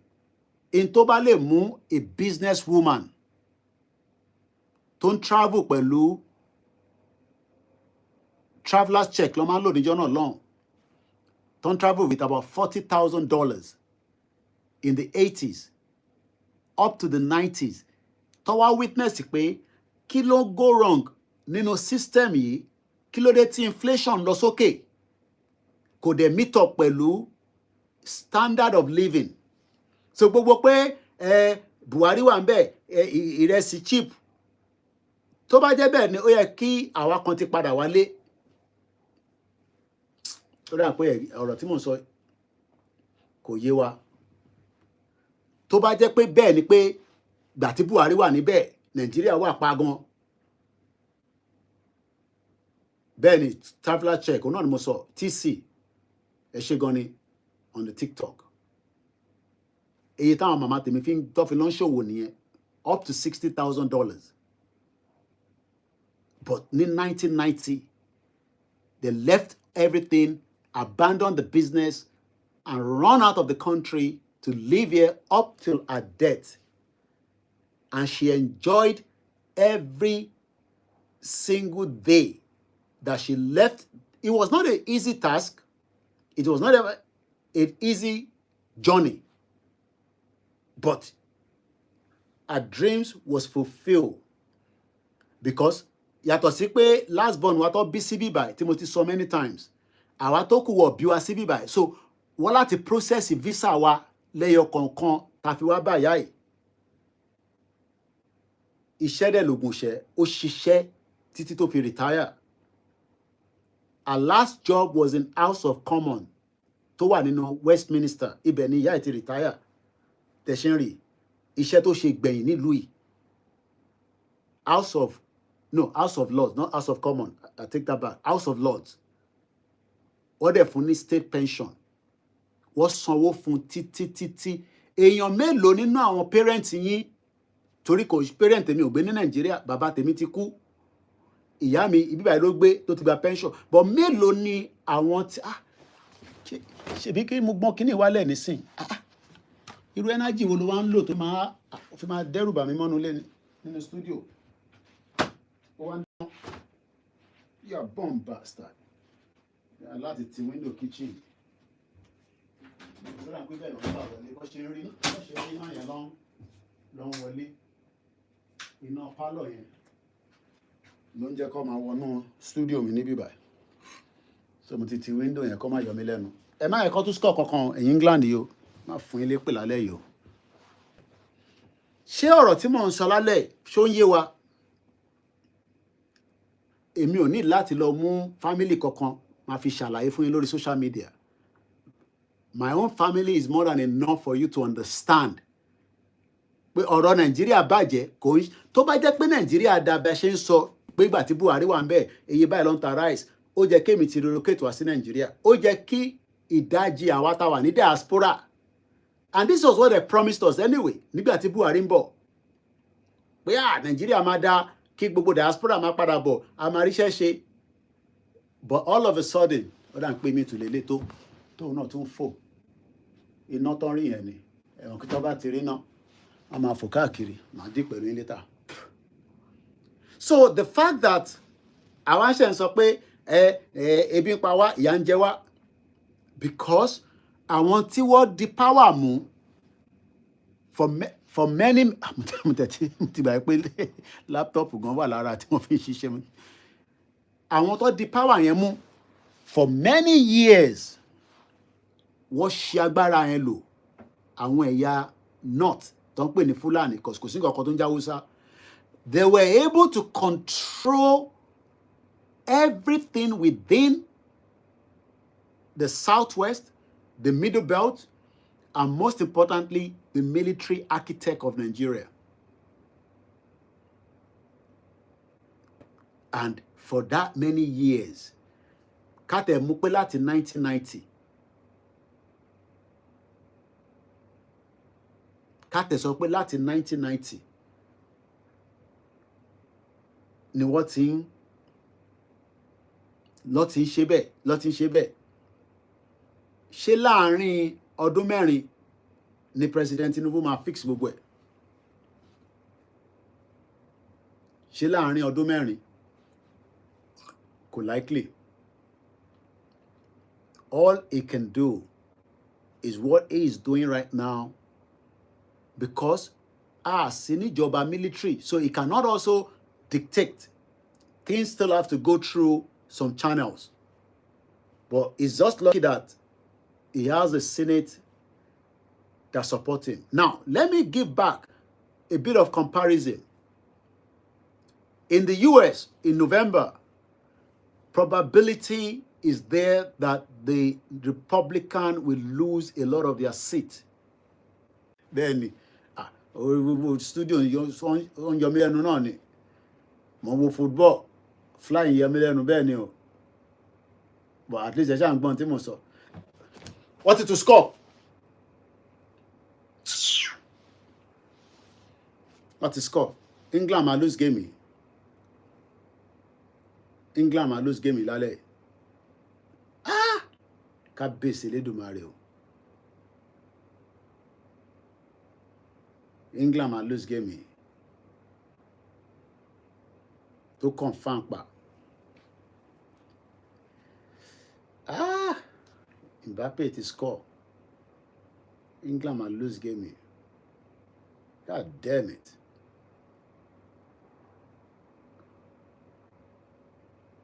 Àwọn English yìí ṣọmọ bọ́ọ̀ gba ṣábà ẹ̀.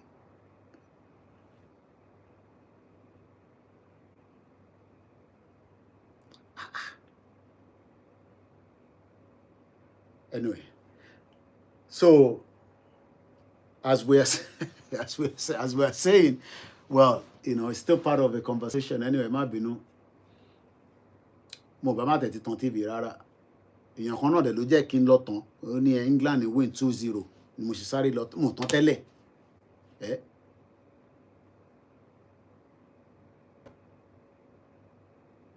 France ti fẹ́ bà England jẹ́ báyìí. Anyway, so what we are saying tonight, mo lè gbé kọ́lẹ̀ orí pé mo wà lórí ètò.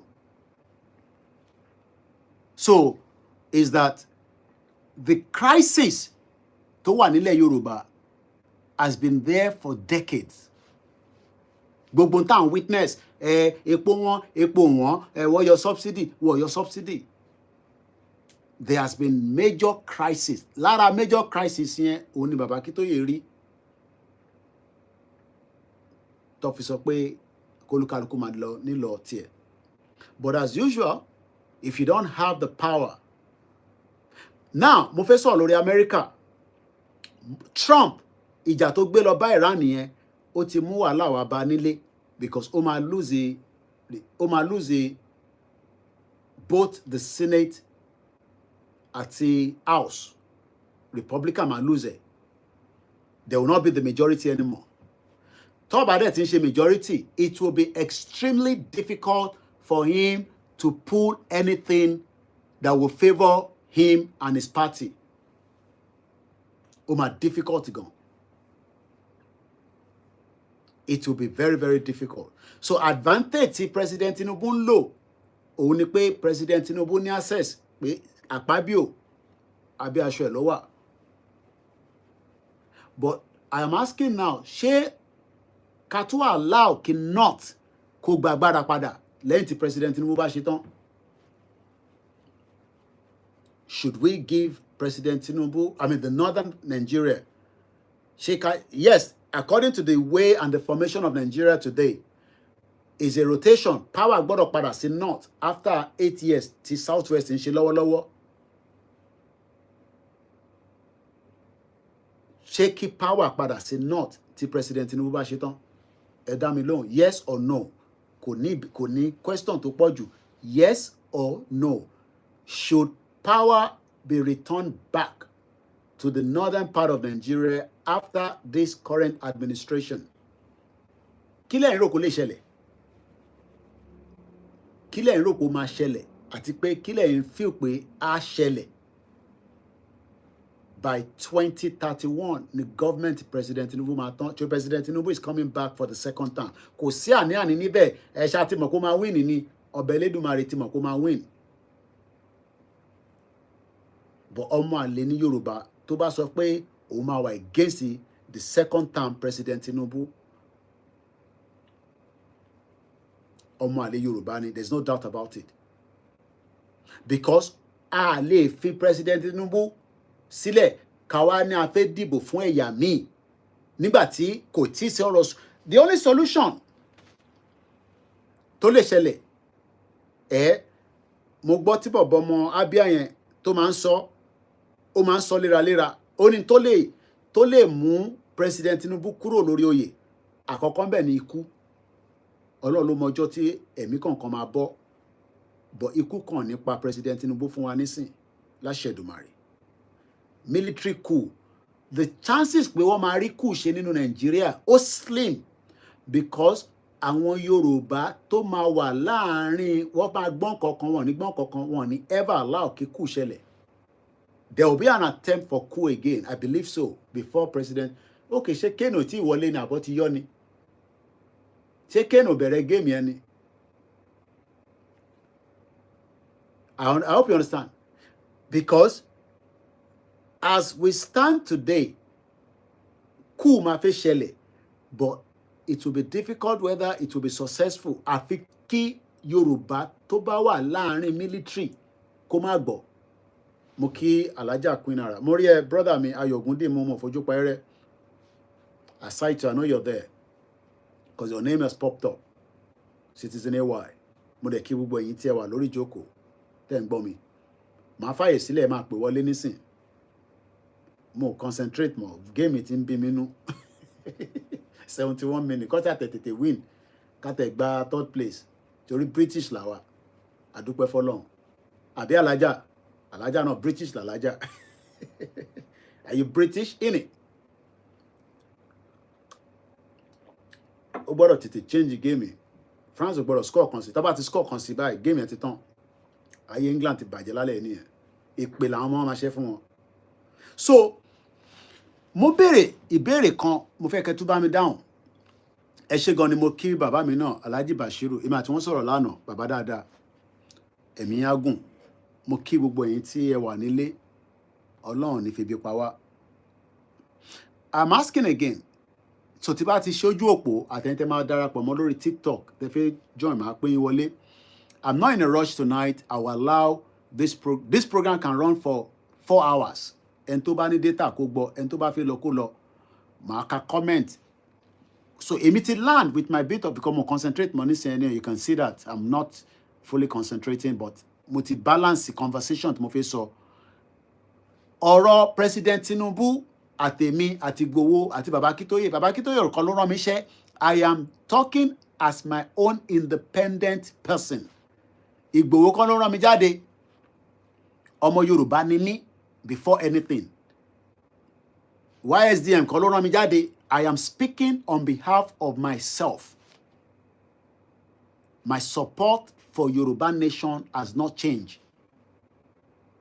But I will not sit back and allow tí bá náwọn ẹ̀yà kejì, tí bá náwọn ẹ̀yà kẹta mo bẹ̀rù láti dárúkọ wọn. We know their agenda. Isaac Fayose tó sáré fún Peter Obi, ẹ wo hypocrisy Peter Obi, ó ṣẹ̀ wá lọ kí ẹni tíyàwó ẹ̀ kú. Àwa gan tá a mọ Isaac Fayose nígbà tó kọ́kọ́ lọ sí Australia níyàwó ẹ̀ wà tó ṣaláìsí yẹn pé ìyàwó òun sick, ọkàn wa wà pẹ̀lú ẹ̀. I've never spoken to him. I don't have his number. But ó wù mí pé you know, ẹni tí ó ṣe wàhálà fún Peter Obi tó pe rẹ̀ lọ́mọ obedient,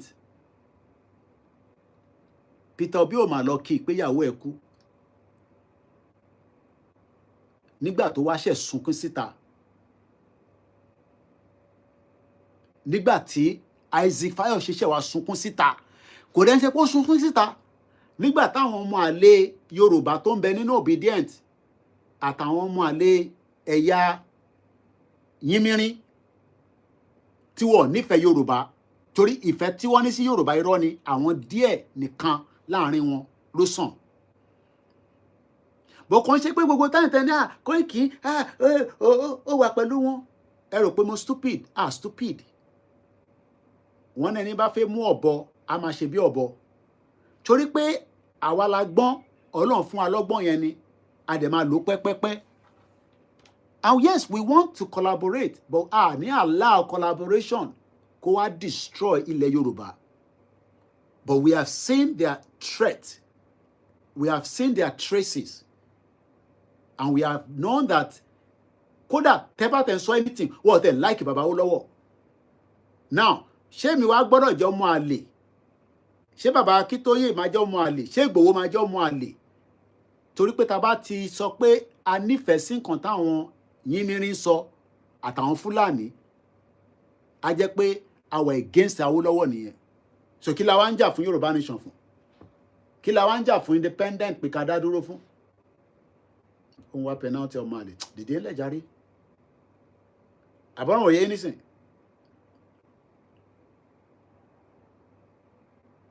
And this is why the strategies and the new ways must be put on the table so that we can achieve our desired goals.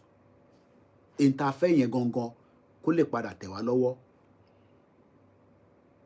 And I believe and I know that it will definitely happen.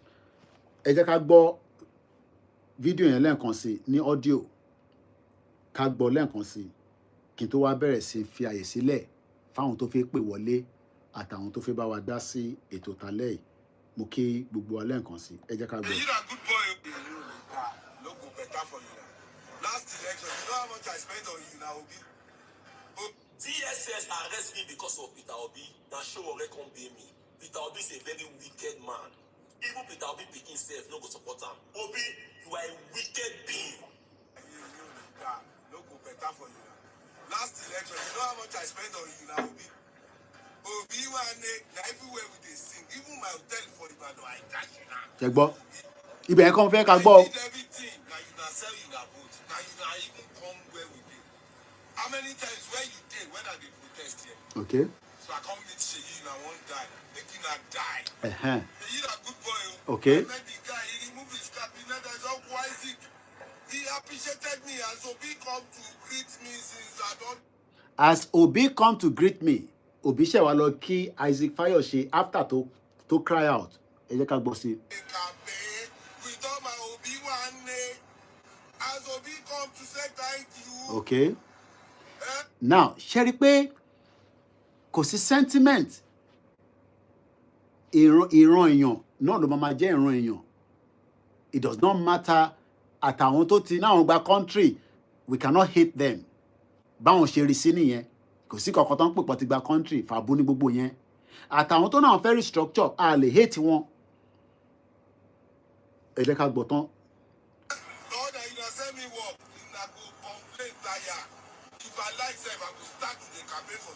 Because you guys are not even working. Okay. You are there quiet. You wait for my own video to liberate you when you can liberate yourself. Ṣẹgbọ́. Ọmọ àlè gbogbo ẹgbọ́ bí kan tó máa sọ tí mo fẹ́ lò gangan bẹ́ẹ̀. Ṣẹgbọ́ bí tó sọ̀rọ̀ yẹn. I be Yoruba man before I be obedient. Ẹ̀gbọ́n tó dalẹ̀ ẹ̀gbọ́n yìí, k'Ọlọ́run bá wa pẹ̀lú ẹ̀, gbogbo òní ẹ̀ kó má bàjẹ́, k'Ọlọ́run bá wa gbàdúrà ẹ̀, kó túbọ̀ bá wa fọwọ́ ẹ̀ sókè. Ó ní I be Yoruba man before I be obedient. I love Tinubu with all my heart, and I love Tinubu. He's a good guy. As Obiso come visit me, because I say I support Obi, I can withdraw my support. Nobody feed me. Everybody help out for himself. God for us all. So the fact that we might be not comfortable or we are comfortable is not the matter that matter most. Into matter jù nísìn ni pé kí ni a fẹ́ fúnlẹ̀ Yorùbá? Àbí a kàn ń ṣeré ni? Kákọ̀ máa wá sórí social media, kákọ̀ máa pariwo, ká má ní strategy, ká má mọ ọ̀nà tá fẹ́ gbà. Ká wá fà kó long. I think that is not the right way. The right way now is for us, to move everything forward. Basibe no ti pẹ́ jù náà òdèlélé ni. Again olóńgé ó ti wọnú box 18 tán, gbàsíbẹ̀ kó wọlé. Anyway, so let's open the phone line and then we can take calls. But this is not the end of a program. It is just the beginning. Because I'm an educator, just as we have done during the movement. For us to understand that if we allow any other party to win election in Nigeria, ẹnu ẹni gbogbo àjọ wà yẹn. Àtèmi àtẹ̀yin, ẹnu ẹni gbogbo àjọ máa wà yẹn. Tá bá jẹ́ pé torí àfẹ́ Tinubu, Buhari wà ńbẹ̀, epo cheap, ìrẹsì cheap. Àwa díjú wa, àwa jẹ́ kí tàlẹ̀bọ̀ kó wọ̀. Àwa ṣẹ̀ mọ̀ pé àwọn ẹ̀yà yẹn, it will be a different thing entirely. So let's accept and allow calls. Found tó bá fi bá wa dá sí. The number is not changed, it's still the same on the WhatsApp, +44 74 04405917. Òun ni nọ́mbà tí ẹ máa fi pè. Ẹni tó bá dẹ̀ fẹ́ darapọ̀ mọ́ lórí TikTok, ẹ send the request wọlé. Tọ́lọ́run bá ní ará ìgbéyìn wọlé, gbéyìn wọlé, and we will continue the conversation. Once again, there is a lot happening, not just in Nigeria. Like I said, Trump mọ̀ pé ìjà tó ń lọ jà pẹ̀lú Iran, he will lose the November election in the US. There's no doubt about it. And it will be difficult for him now. Because the Democrat bá ráyè gba House mọ́ lọ́wọ́ padà, tó di majority, Trump will not be able to do much. Wọ́n máa cripple government yẹn until he finish his tenure. So, it's either we want to have a peaceful Yoruba land, as we are still, really not peaceful, but at least ká ṣì maintain ẹ̀, kí Tinubu padà wá, or ká kúkú sọ pé kí Tinubu má padà wá, then in tó bá fẹ́ ṣẹlẹ̀ ní kó ṣẹlẹ̀. Ó kù sọ́wọ́ gbogbo wa, kò ń ṣọwọ́ tèmi nìkan. Èmi nìkan kọ́ lọmọ Yorùbá. I am just adding my own voice as a man that has a voice in the media. That's all. It's as simple as that. It will be painful for many of us because already we are pained on a daily basis of many crises that we are witnessing in Yoruba land. In tó ń ṣẹlẹ̀ nílẹ̀ Yorùbá lálẹ́ kò ṣe máa sọ rárá. It's very, very sad and painful. But I know that we are going to play our own role. And one of the role is what we are doing right now, and everybody will play their role. Taba disagree pé kí Tinubu má padà wá, fine. Then ká kúkú allow Atiku kó wọlé, or ká kúkú tẹ̀ jẹ́ kí Peter Obi wọlé, if that will favor us. kò ní méjì nínú, kò ní méjì kankan nínú. Ọ̀rọ̀ ebi ń pa wá, mo ti sọ 1990 lebi ti ń pa wá la ṣe sá kúrò ní Nàìjíríà. So kò ṣe pé ìgbà tí Buhari ṣẹ̀ débẹ̀, Buhari ò tí sí ní government ní 1990. As at 1998, I believe we were running a military administrator, because Buba Marwa, mo máa ń rántí dáadáa, òun ni Lagos State administrator nígbà yẹn. Tàbá ní kí Tinubu má padà wá, fine. Ẹ̀yà Málà bá gbà, ẹ̀yà Málà tàdé ń sọ yẹn Fúlàní ni. And we know that àwọn ìgbésẹ̀ tí government ń gbé, especially lórí àwọn tí ẹ̀yà tí wọ́n, how is treating them based on the law, let me just put it that way, especially penalty, wá ṣeré, ẹgbà wọlé nísìn, penalty ti wà fún England, wọ́n ti lọ gbé ṣubú nínú box 18, ó fẹ́ yẹ kó score wá gbé ṣubú àbí, ó yẹ kó fún red card ní ọmọ àlè. France ò fẹ́ lose the game yẹn. England náà dẹ̀ fẹ́ lose ẹ̀. So ti wá di iṣu atayọ̀yàn báyìí. Ó gbé ṣubú ní ṣá. Clear ìkàdẹ̀ ló ṣe fún. Kò lé bọ̀ ẹsẹ̀ ló lé. So lẹ́yìn kan ṣáà gbà wọlé. Kàtẹ̀ ní méjì sí ahead wọn. Kọ́ má tó wá lọ fi kan sí fún wa kó di 4-4. Ká wá lọ máa gbá extra kinní kan. So tó bá ti score ilé ní sàn kan mi máa tó ó máa relax díẹ̀. Ta ló fi gbà? Bẹ́ẹ̀ni àwọn àbíta lélẹ̀ tó fẹ́ gbà. Kọ́ lọ ṣàjẹ́ kó wọlé. So àwọn ọmọ Yorùbá nation àtàwọn tá a ṣe Yorùbá nation, ọ̀rọ̀ tó wà ńlẹ̀ yìí ó gba ọgbọ́n tó pọ̀, ó dẹ̀ gba sùúrù. Kò ń ṣe ọ̀rọ̀ tí yẹn kọ́ máa fojú kan wò pé ọ̀nà kan ló fi no. Ìwọ náà máa lọ round, wàá fi searchlight ẹ, wàá fi lantern ẹ, wàá fi torchlight ẹ, wàá fi search fún, wàá fi wò round pé ṣé n tí àwọn aráabí yìí ń sọ nísìn ṣódà pé ó fẹ́ mú ọgbọ́n díẹ̀ wá, kò ń ṣe ọgbọ́n púpọ̀ o, àbí kò tẹ̀ mọ́gbọ́n kọ̀ọ̀kan wá, because tó bá ti mọ́gbọ́n kọ̀ọ̀kan wá ká kúkú accept pé kó defeat President Tinubu ní 2027, which is just around the corner anyway. But the chances for my defeat ẹ̀ kò ń ṣe mí ni máa sọ pé wọ́n lè defeat ẹ̀. Sàkásíkọ̀ ni o, ọmọ Yorùbá, láṣẹ àdúrà rẹ̀, inshallah lórúkọ Jésù, Sàká gbá wọlé. Ta ló wà ń bẹ̀ kó bá sọ̀rọ̀?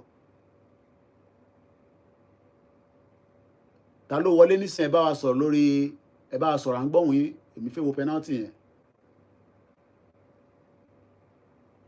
Àgbọ́n yín o, àgbọ́n kọ̀ọ̀kan tẹ́ ń sọ o, àbí látọ̀dọ̀ mi ni. Ok, ẹgbọ́n sókè àti ń gbọ́ yín, ẹ kálẹ́, kí lorúkọ yín àti bọ́lẹ̀ tí ń bá wa sọ̀rọ̀? Ó wọlé, àṣeré, ẹ káàbọ̀.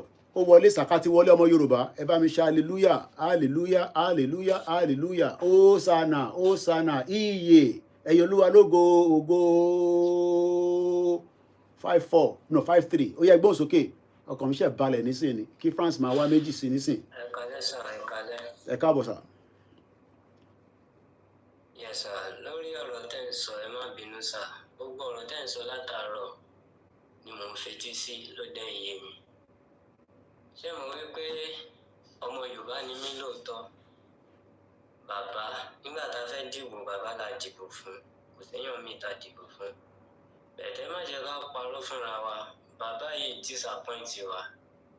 Bẹ́yìn ṣe wà lóhùn yẹn nísìnyí tí ọkàn yín balẹ̀ tẹ́ni ẹ kúrò Nàìjíríà, àwa kò náǹfààní àti kúrò Nàìjíríà. Ok, ẹni sùúrù sí ẹ̀dá dúró bẹ́ẹ̀ yẹn, ẹ má bínú pé mo dárò mọ́ yín lẹ́nu, Ọlọ́run jẹ́ ká dárò mọ́ ara lẹ́nu. Ṣé nígbà tèmi ni mo sá kúrò Nàìjíríà, ṣé President Tinubu ló wà níbẹ̀? Kì í ṣe President Tinubu ni, bẹ́yìn ṣe ní àǹfààní láti kúrò Nàìjíríà, táwọn náà bá ní àǹfààní àti. No, ẹ máa lọ wá àǹfààní yẹn ní ibikíbi tẹ́ bá ti lè, bó bá àwọn ìkẹlẹ ọjà lè gan sẹ, mo encourage ẹ lọ wá ní.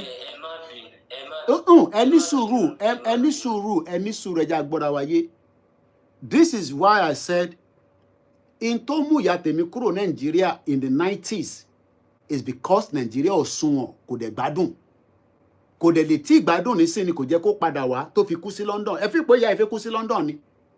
So the fact that pé ẹ dìbò fún President Tinubu a dìbò fún Labour government, Labour party lèmi, full confirm ọmọ Labour party ni mí ní UK, àti lé prime minister wa lọ nísìn, ẹ mọ̀ why, torí kò ṣe ń ta fẹ́.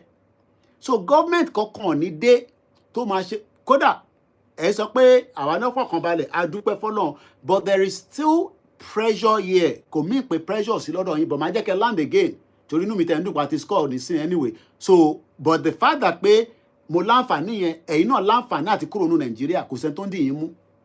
Ẹ ní àǹfààní àti kúrò nínú Nàìjíríà.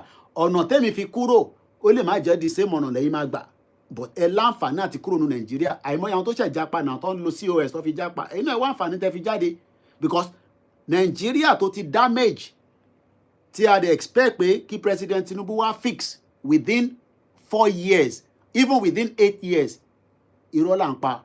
But what he can do is to slow down a longer agenda and the mission táwọn tó fẹ́ ṣe jàǹbá fún wa. But máa jẹ́ kẹ́ conclude ọ̀rọ̀ tẹ́ ń sọ, kí má bàa ní mo fún yín láyè láti sọ̀rọ̀, ẹ dẹ̀ ní right láti disagree pẹ̀lú mi, ẹ má agree pẹ̀lú mi, mo fẹ́ kẹ́ agree pẹ̀lú mi, in tó bá wà lẹ́mìí ni kẹ́ sọ. So tẹ́ bá wá dẹ̀ sọ pé ẹ fẹ́ dìbò fún Tinubu mọ́, ká gbẹ́ lómi wọlé, ẹ bá wa mute bàbá wa ní Wembley. Ẹni sùúrù nǹkan tí ẹ lọ. Ẹ máa sọ̀rọ̀ là ń gbọ́ yẹn, mi ń wo bọ́ọ̀lù lọ́wọ́ àti fẹ́ gbà tán. Nǹkan tí mo fẹ́ gẹ́gẹ́ bí ẹ̀yin tẹ́ súnmọ́ bàbá Tinubu. Èmi ò tí ì súnmọ́ tán o, bọ̀ a súnmọ́ díẹ̀, mò ń gbọ́.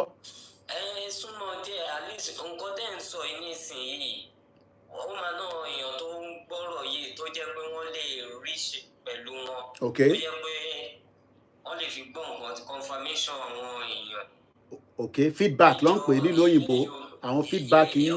Kì í ṣe pé lórí ọ̀rọ̀ Yorùbá, lórí ìgbádùn ayé àwọn ènìyàn àti láti ìgbà tèmi ti bẹ̀rẹ̀ ìgbésí ayé Nàìjíríà, gẹ́gẹ́ bí ẹ ṣe sọ pé ó ti ń dàrú bọ̀ tipẹ́, a ti ń gbọ́ pé ó ti ń dàrú bọ̀ tipẹ́, a dẹ̀ ní ìrètí wípé ó máa dáa. Okay. Ìgbà tó ń dé tá a rò pé a ní ìrètí pé ó máa dáa ló jẹ́ ká dìbò fún wọn. Èyí tó túbọ̀ ẹ jọ gbogbo ibi tó bá kù sí kán tó kúrò bẹ́ẹ̀ 4 years ò ní pẹ́ pé. Okay. Táwa dẹ̀ ti tó kán tó kúrò bẹ́ẹ̀ nísìnyí, àwọn tó tún bọ̀ àmọ́ nǹkan tó máa ṣe. Okay. Ó bẹ́tà wípé bóyá Yorùbá nation yẹn tá bá máa kúkú sọ pé Yorùbá nation ká bí gbogbo ẹ̀ ká pín bó ṣe yẹ kó pín. Okay. Látòrí tiwọn kó jẹ́ 4 years normal, bó jẹ́ òun náà wá fẹ́ ṣe president Yorùbá nation gan. Kódà a máa fún láyè, wàláì tí President Tinubu bá náà fi wá kọ́kọ́ lead wa tí a bá kúrò lára Nàìjíríà, so be it, he will be so happy to do so. Now ẹ sàn kankan nísìn, mo fẹ́ béèrè ìbéèrè méjì mẹ́ta kí n tó jẹ́ kí bàbá wa wọlé tó máa bá wa sọ̀rọ̀, ìyẹn dáàdi wa ní Wembley, mọ̀ pàwọn náà wo match yẹn lọ́wọ́. Now ẹ ní ìgbésí ayé ó difficult, which is understandable. It is a norm. Nigeria is a difficult place tonight.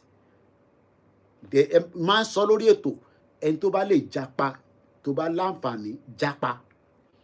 But ẹni tó lè japa, kí ni ìgbìyànjú tó lè ṣe to survive? Má jalè, má pààyàn. But try everything within the capacity. It's a tough terrain. Younger brother mi, tó bí tẹ̀lé mi, ilé ló wà. Ó dàbí bàbá arúgbó ni, tẹ́ bá rí. Nígbà mi bá pè lórí fídíò kan bẹ́ẹ̀, màá kàn máa mirí ni pé my boy, ó dàbí bàbá arúgbó ni. Stress tó wà lára ẹ̀ kò ń ṣe kékeré, ẹni tó ní family labroad nìyẹn. So ẹ lè sọ̀rọ̀ Nàìjíríà fún mi pé yà ń jẹ yín. Everybody knows Nigeria is a tough place right now. And reason tó ṣe tough ni pé kò sí dividends of government tó sọ̀kalẹ̀. Now, lóòótọ́, the biggest structure is the federal. Tabanika wo, ìdí tá a ṣe lọ dìbò fún President Tinubu, fúngbà tẹ́yìn lọ dìbò, torí gbà tí mo ní ká má dìbò, gbogbo wa ní a máa dìbò. Torí pé òun ni ó náà máa wá ṣe nǹkan tó dáa fún wa. But the structure is big that ibi tí government ti lè ní impact fẹ́yìn òun ni under the state. Ṣé ẹ gbọ́ mi dáadáa? Inú state lè kẹ́ ti gbádùn. State wo ni, state wo lẹ́wà? Ṣé Lagos lẹ́wà àbí state wo lẹ́wà? Ogun State. Lọ́dọ̀ bàbá wa Dàpọ̀ Abíọ́dún, kí ni governor Dàpọ̀ Abíọ́dún ṣe láti lè jẹ́ kí life easy fún yín? Tẹ́yìn fi pé ẹ̀kọ́ ṣe tí wọ́n dẹ̀ ṣe. Ibi tó bẹ́ẹ̀ bá dé ibẹ̀ ẹ lè gbé bẹ̀. Under Ogun State for local government ní under Agbado Jaye so responsibility ta nìyẹn láti lè make it easy fún yín díẹ̀. Governor ni ibẹ̀ No, Emma, what the work being Emma worry, Emma Beru. We are not here attacking any governor. We are just talking now. So what I'm trying to now say is that the responsibility of that state is still under the governor. But Governor Namadani, sometimes we know that they favor their own people within a particular site or Tiwani state. We know that. We favor bí ayé wa ní àná wọn ní ṣe ibìkan ó lè náà òun ò ní tún títì yẹn ṣe torí ẹ̀ dìbò fóun. Iṣẹ́ politics Nigeria nìyẹn, àmàlà neba politics tí ò lè favour anybody. But the fact is that ìdí tẹ́ ṣe ń jìyà yẹn, it has to be a state gangan ni. Federal ń deal pẹ̀lú the bigger picture while the state is meant to take care. Àbí tí mò ń sọ ṣó tó bá yẹ pé ó yàtọ̀, ẹ jẹ́ ká gbọ́n tí bàbá wa fi sọ láti Wembley. Inú mi tẹ̀ ń dùn àti fẹ́ gbá géèmù yìí tán ká tẹ̀ win. Ẹ káwọ̀ sà.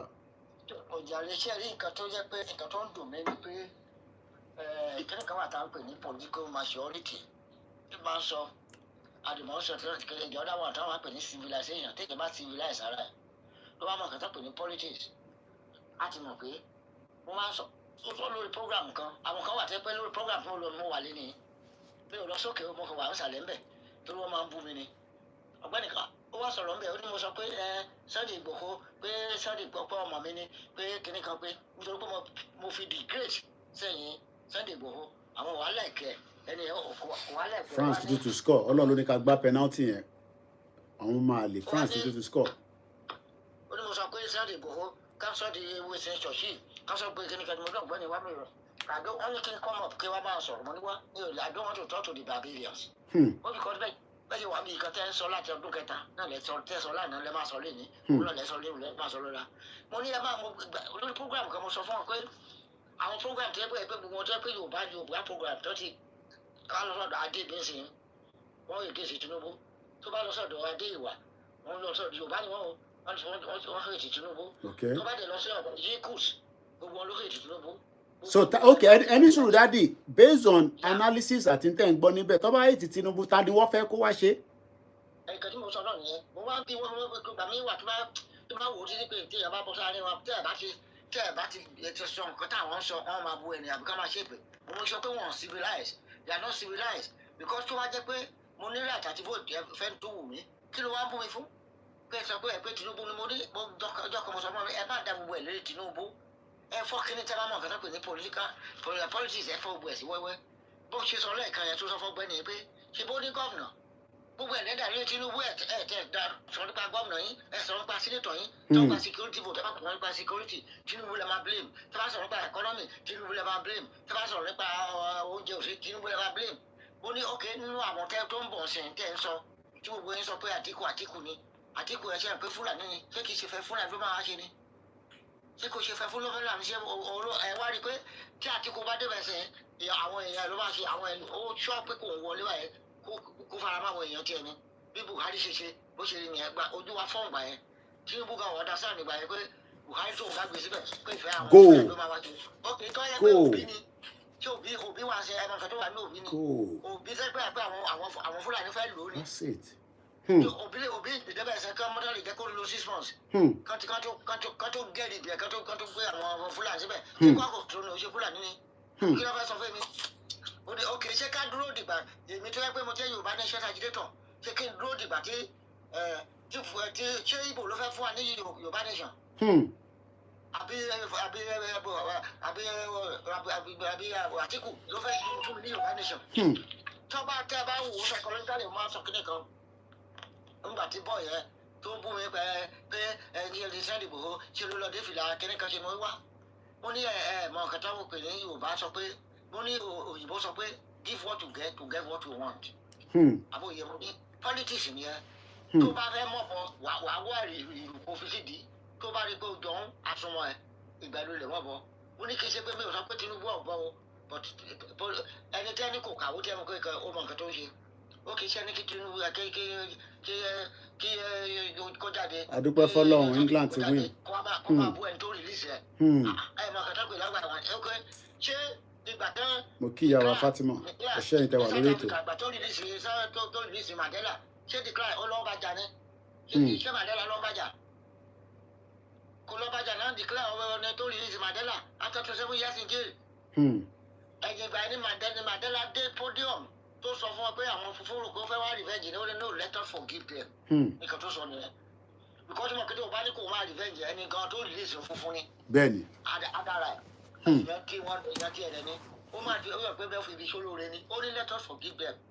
Ó yà gbogbo wọ̀ lẹ́nu okay now kí Sunday Igboho jáde kó jẹ́ pé èèyàn tiẹ̀ ló release yẹn kó jẹ́ kó wá débẹ̀ sọ́kọ́ ni pé bàbá yẹn kíní kan ṣe ni ìgbà wo ni kílẹ̀ kẹsọ̀ ìtàlù ẹ̀ tó bà ló mọ̀ kó bà ń nà ọ́ ẹ̀ tó wà Alexa for 5 years òun ló mọ̀ pé olómọ̀ kò tójú ẹ̀ rí nà ọ́.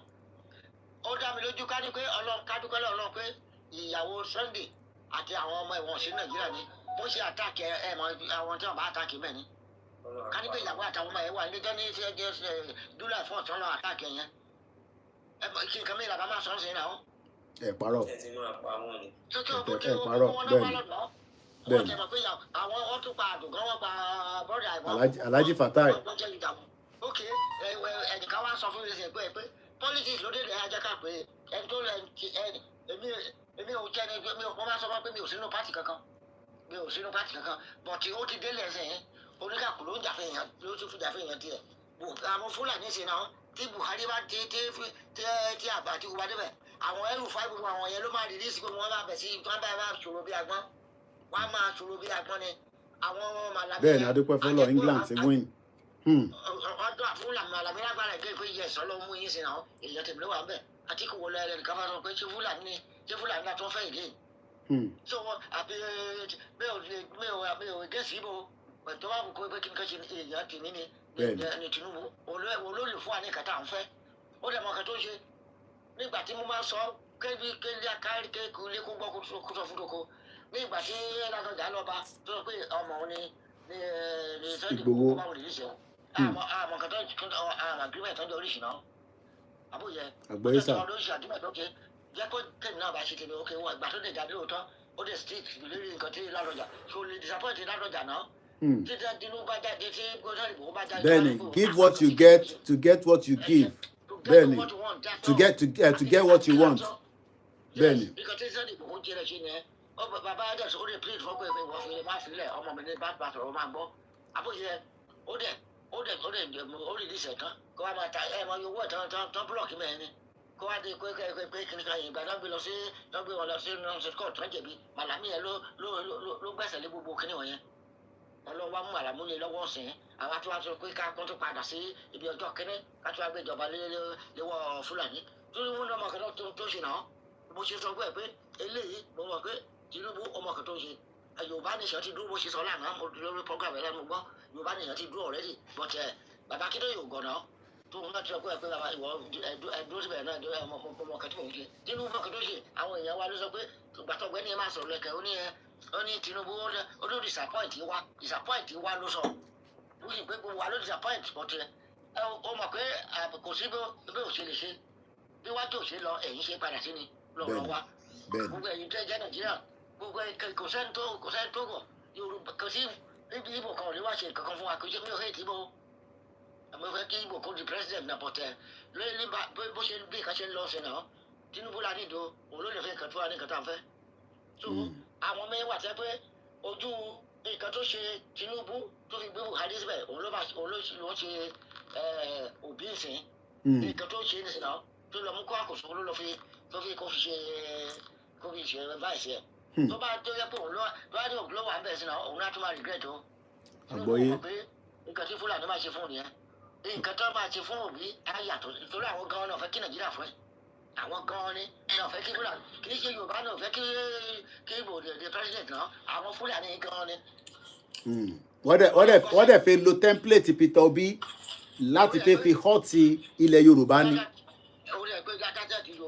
wọ́n fi lo platform Peter Obi fi họ́ọ̀tì ilẹ̀ Yorùbá. yes so wọ́n dẹ̀ mọ̀ pé àárín pé àwọn di jẹ́ ká jẹ́ kí mi gọ́sẹ̀ yẹn kí n gbogbo gọ́sẹ̀ yẹn. Wọ́n dẹ̀ mọ̀ pé àwọn lè defeat Tinubu. Wọ́n mọ̀ pé àwọn lè defeat Tinubu. Wọ́n mọ̀ bẹ́ẹ̀.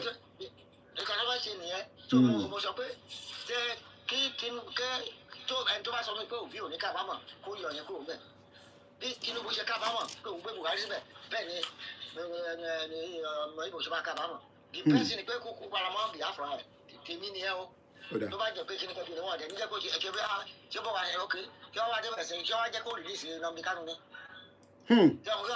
Tí bẹ́ẹ̀ dé rà pé jẹ́ Tinubu jẹ́ tó gbówó ni ọba tí mo balẹ̀ náà wọ́n rò pé máa kú ni ó ṣe disguise fún wa pé kí ni ká ṣe ó ṣubú ó ṣe gbó kí ni wọ́n wọ́n múra tó lò fún ọ nìyẹn ọgbọ́n àgbà náà nìyẹn nígbà tá àgbà tí ń fi jẹ̀kọ́ ni abẹ́wé ló wà ló lò fún ọ nìyẹn pàtàkì pé kò kú tó ṣe ní wọ́n bí wọn. Bẹ́ẹ̀ni. Wọ́n wá lọ dá APC sílẹ̀ wọ́n dẹ̀ dá APC sílẹ̀ wọ́n dẹ̀ sọ lójú korojú wọ́n sójú ẹ̀ korojú Arẹ́gbẹ́ṣọlá fẹ́ pé nǹkan ló gbé Arẹ́gbẹ́ṣọlá jùlọ ó wá lọ dá AD sílẹ̀ wọ́n ní wọ́n dá AD sílẹ̀ láti ọ̀sìtì Tinubu kí Yorùbá máa lanu ẹ̀ kó má sọ̀rọ̀ yẹn láti ọ̀sìtì ẹ̀ wọ́n dẹ̀ sọ lójú ẹ̀ akóhùn náà wàá dá kó lanu lẹ̀ kó máa wò tó bá jẹ́ èmi ló sọ bẹ́ẹ̀ fún ní ìgbà tí mo jẹ́ prefect school mo dí ìpẹ́lẹ̀ àwọn tó jẹ́ tó pé ẹgbẹ́ wọn tí wọ́n fẹ́ tó ń gbé mi lẹ́sẹ̀ tó ń sọ pé kíní kan kíní tó bá ní kó ṣe tí ẹ̀ tó bá ṣe máa discipline ẹni kò sí mi ò mọ̀ ọ́n fẹ́ náà tó jẹ́ classmate mi gan tó mọ̀ pé ẹ fẹ́ bá ṣe jẹ́ fún mi ni nǹkan tó fẹ́ gbogbo òfin tó ń lọ nìyẹn àwọn kan wà lórí ikúṣọ platform àbí wọ́n lọ lórí adé mi wọ́n máa gbórí ajá wọ́n máa sọ pé kíní kan kíní èyí tó pera ní make Nigeria láti ọdún kẹta ló sọ pé ẹ̀kẹ́ make Nigeria ẹ jẹ́ ẹlọgbà PDC ní kẹgbẹ́ Tinubu kò bẹ́ẹ̀ kẹ́ vote out lórí ẹ̀ àwọn mẹ́rin lòún sẹ̀dọ̀wọ́ tó ní US wà àwọn mẹ́rin lòún sẹ̀dọ̀wọ́ sí Nàìjíríà. Ṣé gbogbo àwọn tó wà ládùúgbò ẹ̀ ló ń sẹ́ndowó sí ẹja gbọ́n tí bàbá tó ṣẹ̀ wọlé máa padà wá bá yín bàbá wa kò ní bàjẹ́ fún yín dádì ẹ ṣe gan ni a ti win lálẹ́ Ọlọ́run máa jẹ́ kí àwọn France tó wá fi pa wá láyò láti fọ́ o ẹ fi kó wa sí tension bá dúpẹ́ pé àwọn boys wa ti win so ẹ jẹ́ ká gbọ́ látọ̀dọ̀ bàbá wa tó ṣẹ̀ wọlé bàbá wa Babátúndé ẹ jẹ́ ká gbọ́ látọ̀dọ̀ yín náà ká tó máa tẹ̀síwájú. Bọ́dà mi kò kí ẹ kú iṣẹ́ jáde. Ọlọ́run ló ń tò. ẹ̀yin tí UK a congratulate yìí pé ẹ fún France lẹ́gbà.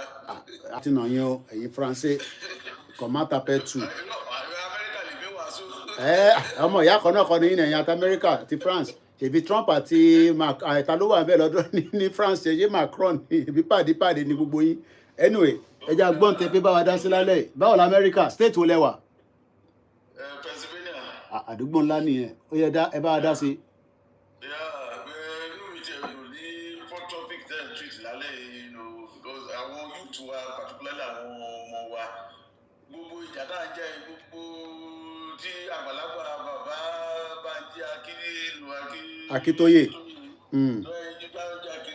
ìwọ bọ́dà mi Kóìkì tó jẹ́ ìjẹ́dẹ́ mú nínú CSI ìjẹ́bọ̀dì torí tí wọ́n láṣẹ jà ìjà yìí torí tí wọ́n láṣẹ jà ìjà yìí ní Yorùbá ní ìṣòro wa dájọ́ wà yìí tá àwọn kan rò pé àfi kìnnílẹ̀ torí Tinubu àfilẹ̀ ìfà ló mọ àwọn tájọ wà ní ìlànà olùwà tó tẹ̀jẹ́ pé this time ti bá try láti sọ fún pé ẹ wá ibi tọrọ ń lọ ìgbà ẹ Tinubu tẹ̀sí contest pé àlè kò sí bá a ṣe fẹ́ gba nation yìí láì ó lè tètè agbọ́dọ̀ ṣe báwo la ṣe máa win àwọn politician wa. We have to win them to this agbọ́dọ̀ win wọn to this struggle if not it's not going to be easy.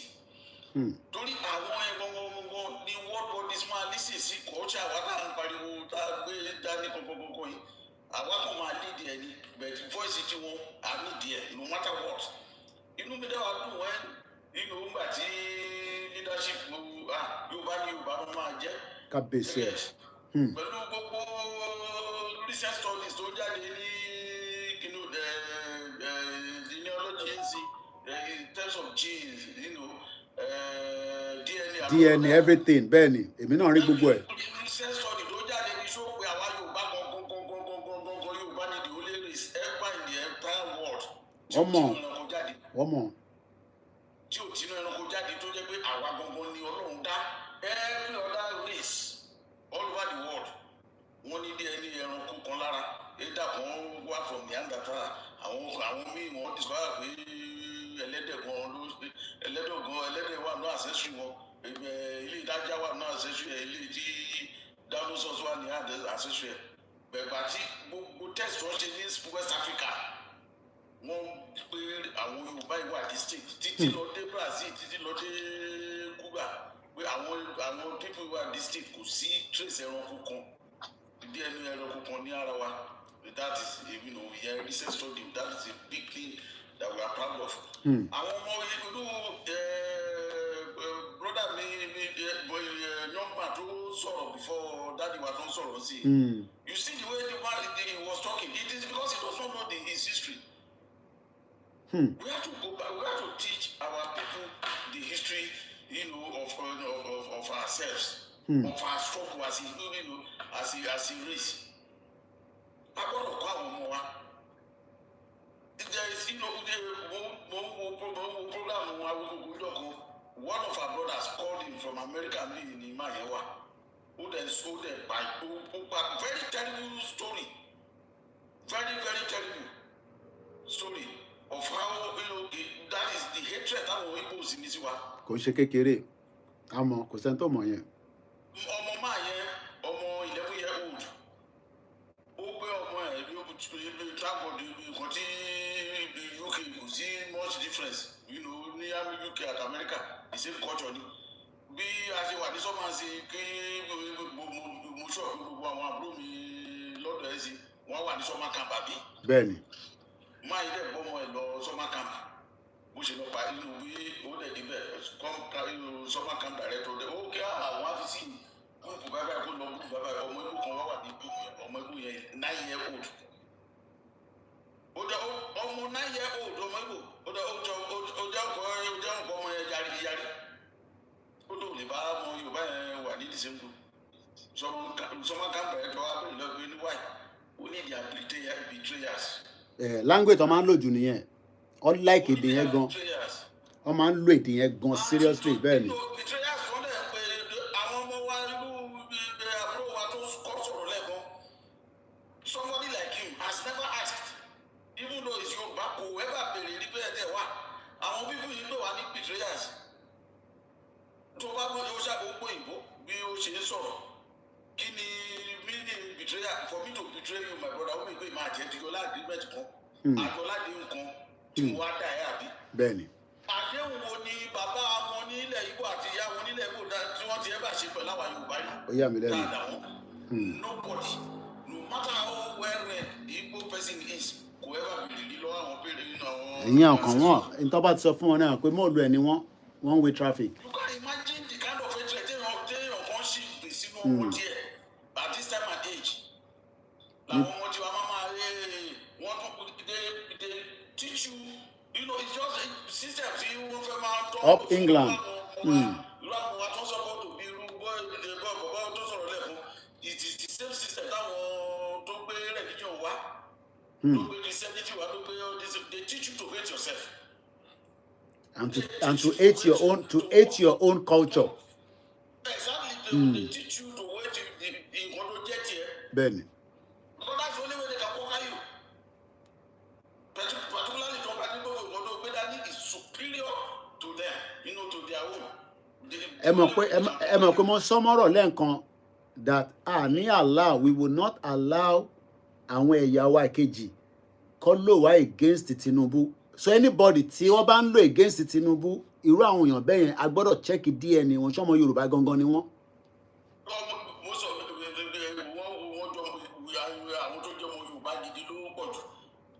Ọmọ alẹ́ Yorùbá làwọn yẹn. Because okay, if you are saying that you don't want Tinubu because Tinubu has not given you what you want, so kálàfẹ́ kọ́ wá gbé wá tó máa wá fún wa ní what we want based on the current climate of Nigeria. Major problem is one problem méjì.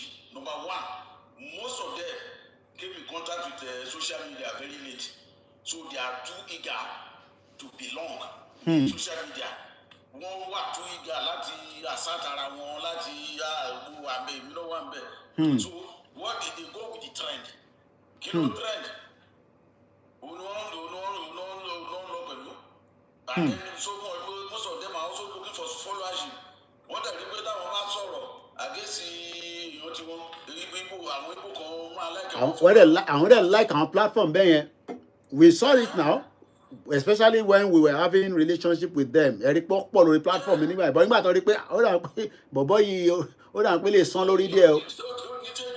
Ó ti change ohun wọn kò bẹ̀rẹ̀ sí fizzle away díẹ̀díẹ̀ ni wọ́n máa ń fizzle away díẹ̀. Ṣé mọ̀ pé what they do is tó bá wá sórí platform yìí they want to dominate that platform against you. Exactly. So wọ́n fẹ́ take over platform yẹn as if pé àwọn làwọn ní. I'm sorry, mi ní kò fẹ́ dárúkọ kó má rí bí pé yàn ń ba yàn bá ọmọ Yorùbá jẹ́ lórí platform ọmọ Yorùbá yẹn. Mo mọ̀ ẹ má dárúkọ ẹ̀. Mo mọ̀.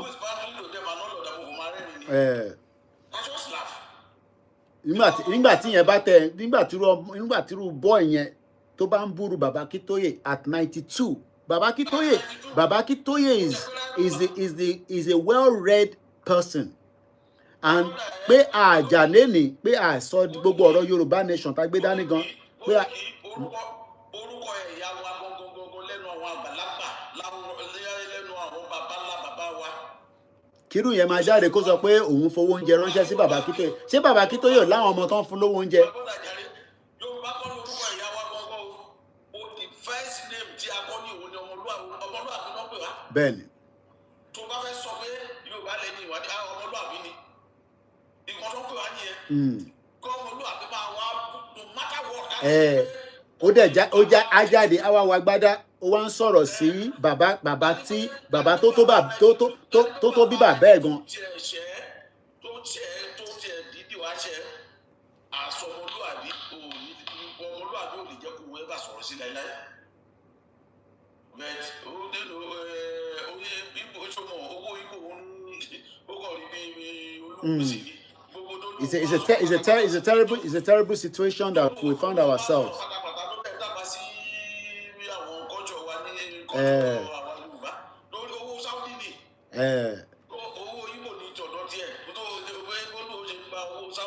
Bẹ́ẹ̀ni. So àwọn ọmọ wa gbọ́dọ̀ mọ̀. They have to know that look kálẹ̀ ní pé àwa Yorùbá pẹ̀lú Ìgbò ààrẹ bá jókòó rí. The only Yorùbá tó jókòó pẹ̀lú Ìgbò ẹ̀ẹ̀mejì ló jókòó pẹ̀lú Ìgbò ọ̀tọ̀ọ̀tọ̀ 20 years apart. Tó try máa yí wá jájọ collaborate. Because bí Nàìjíríà ṣe wà mẹ́kọ̀ kò sí anybody tó lè win election kò sí any region tó lè dá election win you have to go into collaboration with you gbọ́dọ̀ negotiate pẹ̀lú region kan combine with them to get election. Was Awólọ́wọ̀ 1959 Awólọ́wọ̀ pé sí pé independence election tá a fẹ́ ṣe kò sí mi ò lè win àwọn people ò lè win we have to combine Zikigba in fact Awólọ́wọ̀ on his own I'm not interested in prime minister or anything. He won't be prime minister, but I just want to be federal commissioner for finance. We will lay foundation for growth country in Tabati layer. Then we can hand over to the next generation to continue. Ziki about everything. One election day, Kinisikishi, old betray Awolowo. He went and joined the northern, he went and collaborated with the Northern People's Congress. Okay, kò ṣe yẹn willingly pé àwọn British force here, and he want to one force here láti join MPD láti pàwọ́ pọ̀pọ̀ láwọn náà ti ń gbà ẹni because he told him if you don't join them wọ́n gbé window sí ayẹ̀ wọ́n pé lóko wa àti investigate yẹ ACB yẹ African Continental Bank yẹ gbogbo owó àwọn people ẹ̀ tó kó jẹ. àwọn máa reveal àti fi ṣe program yìí. So ó láti betray Awólọ́wọ̀. But 20 years later, Second Republic, 1979, Awólọ́wọ̀ again called him. Okay, Shagari, àwọn náà ti mú Shagari, èmi wà ní West bí ìwọ wà ní East. Not to lè dáwìn.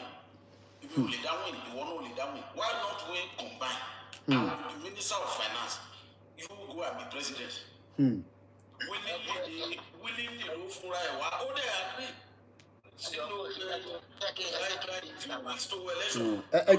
Ẹ jẹ́ kí dáàdì wa sáré sọ̀rọ̀ brother mi. Mo fẹ́ bí mi ní question kan ibo là ń lọ báyìí ibo lẹ fẹ́ ká lọ láti ṣe ká fẹ́ ní ẹ̀ṣọ́ pé bo iṣẹ́ ìṣọ́ ìmọ̀ sọ́ọ̀rì o mi ò dárò fún yín lẹ́nu o. Ibi táwọn ìjọba ọjọ́ wájú nínú ẹ̀jẹ̀ ká sọ ọjọ́ wájú.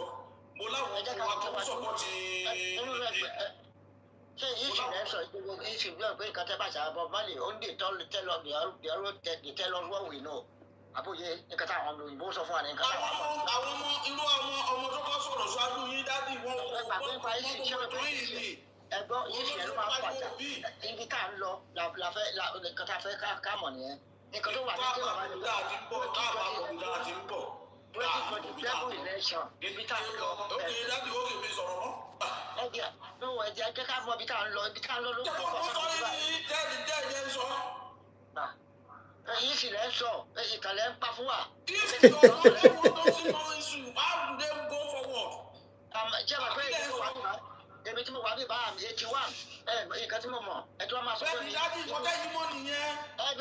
ọmọ tó sọ̀rọ̀ síwájú yín lẹ́ẹ̀kan tó mọ̀. ẹ má pàtàkì àwọn yúùtì wa ibi tí a jẹ́ fẹ́ káwọn yúùtì wa gbé wa dé ilẹ̀ láti ilẹ̀ ní kẹ́kọ̀ọ́ wa lọ.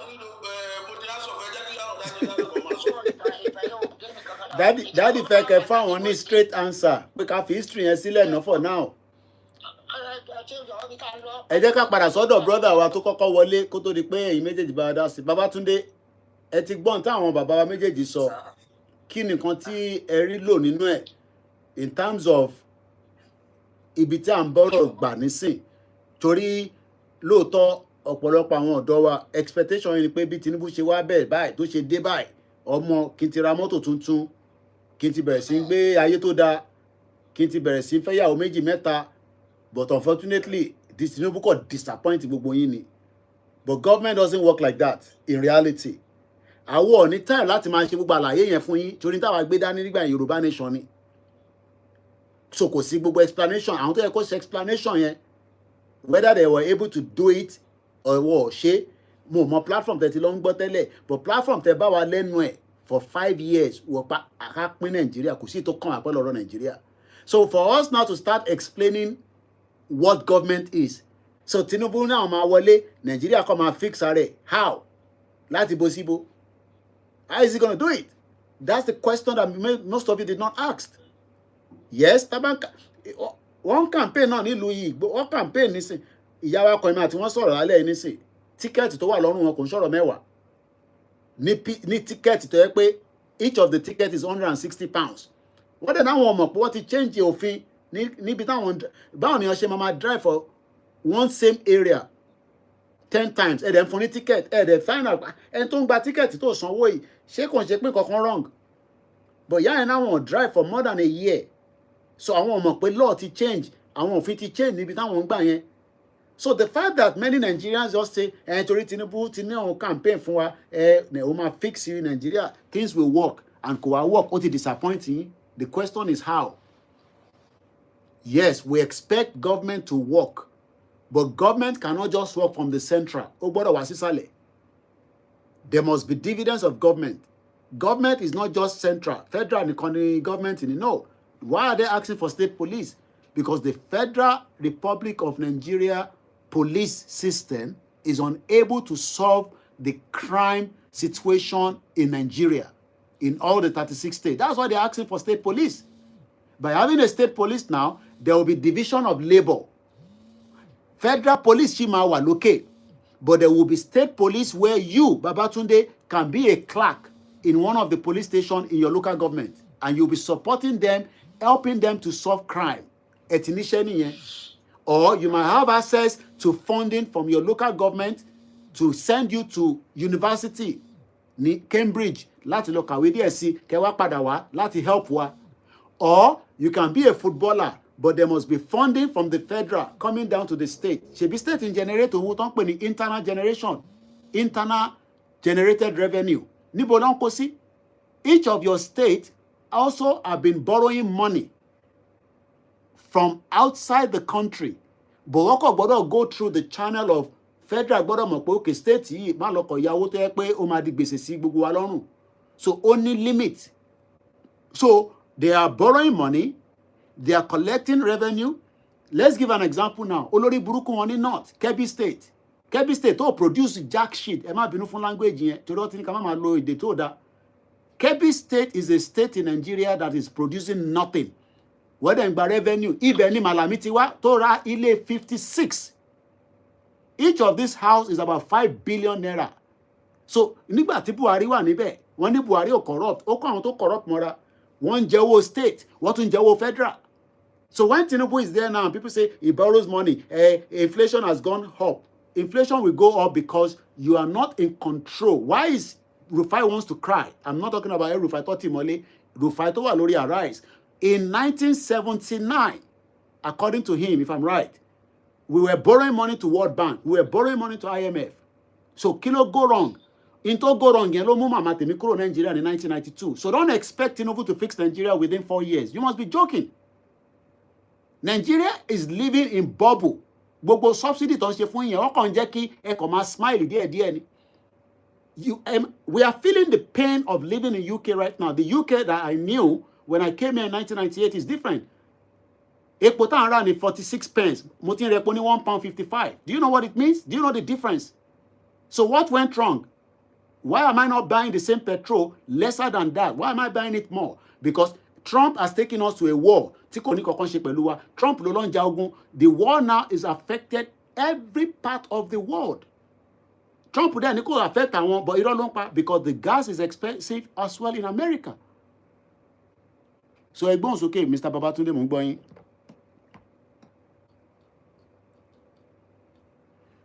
Ẹ sọ̀rọ̀ mọ́ net mute. Ló ṣe Babatunde ti bí olùgbà ẹ̀kọ́ méjì ni. No. Ti Babatunde Junior. Ó ti lọ, network ti gbé wọn lọ. I'm sure network ti gbé wọn. Anyway, Mr. Babatunde Senior. Ṣé dáàdi wa fẹ́ sọ̀rọ̀ ni? Àwọn kan wà tó pé mo fẹ́ rán sí ìjọ Koiki. Mo ń gbọ́. Sọ fún àwọn tó jẹ́ pé ó lè wà underground kan gbọ́ wá sí náà. Káwọn náà wá sókè ká wá sọ tiwọn. Wọ́n ò fẹ́ sọ̀rọ̀ because people don't want to talk. Wọ́n wẹ́n tó kọ́ máa sọ̀rọ̀. Ìyẹn lọ́ṣẹ́ wẹ́n tó máa lọ bá wọn jà tó máa gbébọn tó máa da Nàìjíríà rú. Àwọn ò fẹ́ da Nàìjíríà rú. Wọ́n wá Ìgbòho tó máa lọ da Nàìjíríà rú. Tó bá lọ sí platform wá sọ pé ẹ mo gbé ìpàdé lórí Koiki lánàá tó ń sọ̀rọ̀ tó ń pèsè kíní kan. Ó ṣe wá sókè kó wá sọ̀rọ̀. Kọ́ máa wá sókè. Ó dà. Wọ́n ń gbọ́, wọ́n lè náwọn gbọ́, wọ́n ń gbọ́.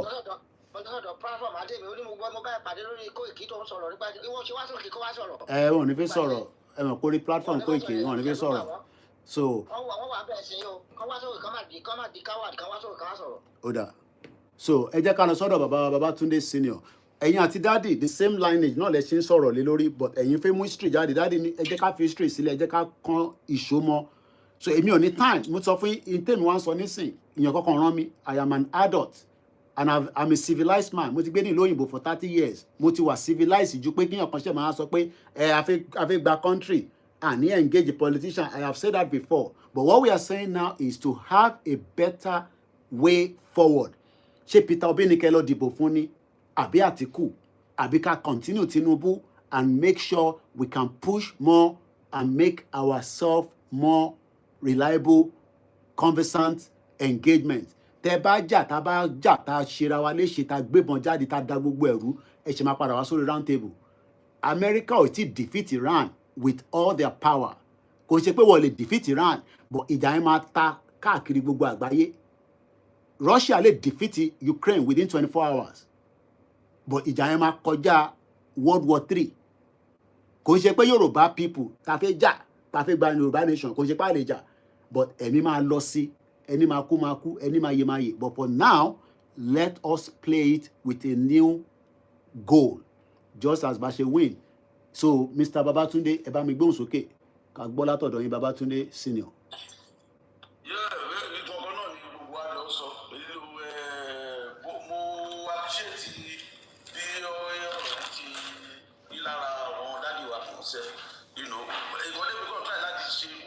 Mo kí ẹ Jaya brother mi dáadáa.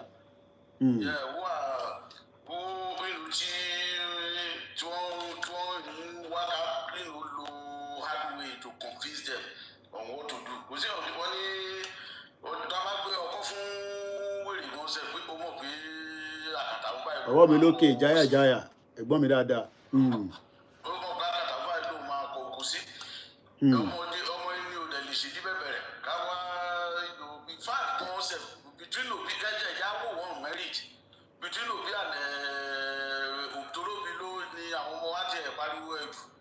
between Obi and Tinubu, Obi gan fúnra ẹ̀ ti solve issue competence lára àwọn méjèèjì.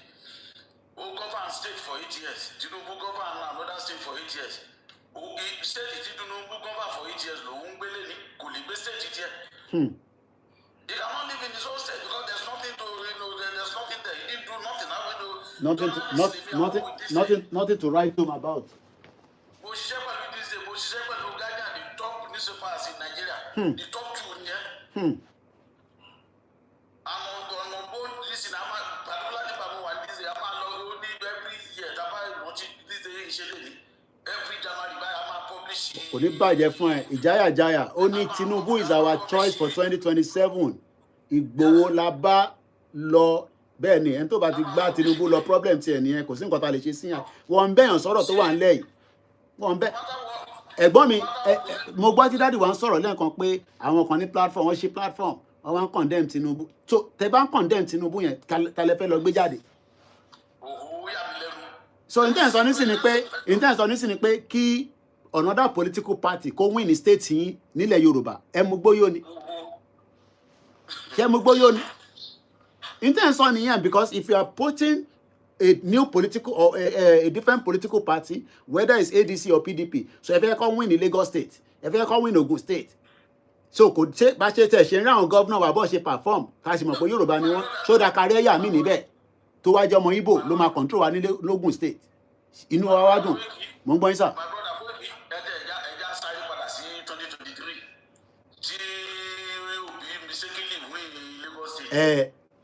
Ṣebí torí bá àwọn ọmọ Yorùbá ló lọ dìbò yẹn.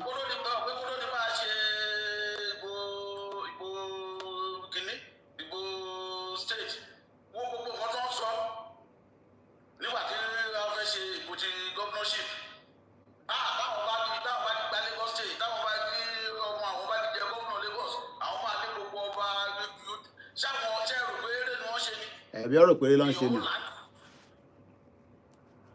Ẹnu ẹ jẹ́ ká jẹ́ kí Mr. Babatunde sọ̀rọ̀ ẹ̀mọ̀ pé network wọn ń gbé wọn lọ ká lè jẹ́ ká gbọ́n nǹkan tá a fi sọ. Mr. Babatunde Junior, excuse me, ẹ bá gbọ́n sókè, kò ní bàjẹ́ fún ìjáyà, mo kí ó gbọ́n ìtẹ́wà lórí ètò. Dr. John, mo kí ó gbọ́n ìtẹ́wà lórí ètò. Ẹ jẹ́ ká gbọ́ láti Mr. Babatunde Junior.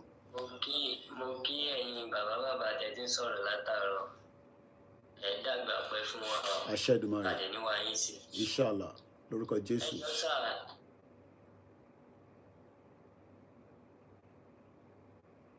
À ń gbọ́ yẹn máa sọ̀rọ̀ lọ, ṣé òjò ń rọ̀ ni? Kò network ń gbé yín lọ ń gbé yín bọ̀. It seems his network is not great, which is understandable. You know, infrastructure development is very, very poor. Now, I think parí ètò. I'm not in a hurry to leave. Call kan wálé nǹkan, Mr. Kende, a máa pè wọ́n padà. But mo fẹ́, Shalom, Mr. Dr. John, how have you been? Thank you so much. We have our family that are married to Igbos. There's no doubt about it. Mo pàdé girl kan lénìí, ọmọ India ni, ó fẹ́ ọmọ Yorùbá. Mo ní bọ́lá ti bọ́ pàdé. Ó ní college. Ó náà rẹ̀ ti wà for 15 years. Mo pàdé bọ̀bọ́ kan lánàá, ọmọ Cyprus, ó fẹ́ ọmọ Igbo. So marrying each other is not the issue.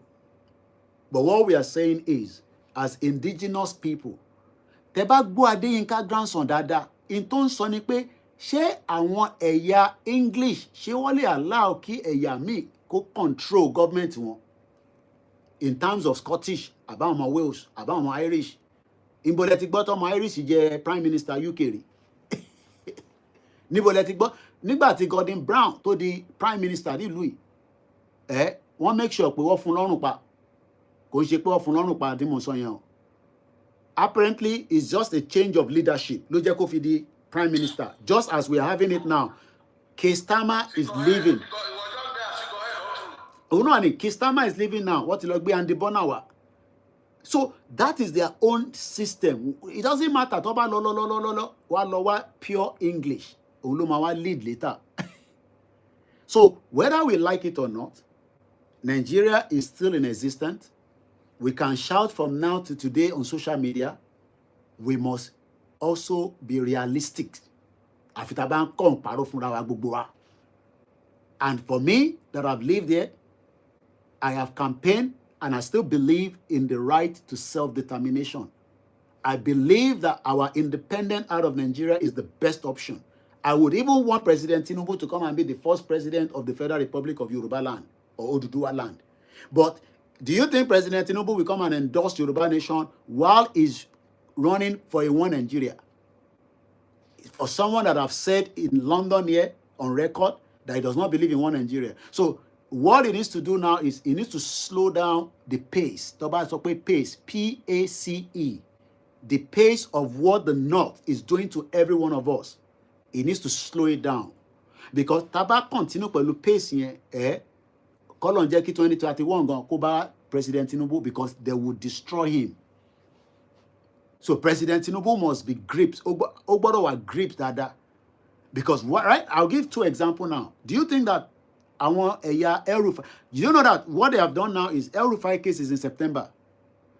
And what that literally means is that El-Rufai might not be out of the prison temporarily until after the election. So do you think that I want a year no one to see?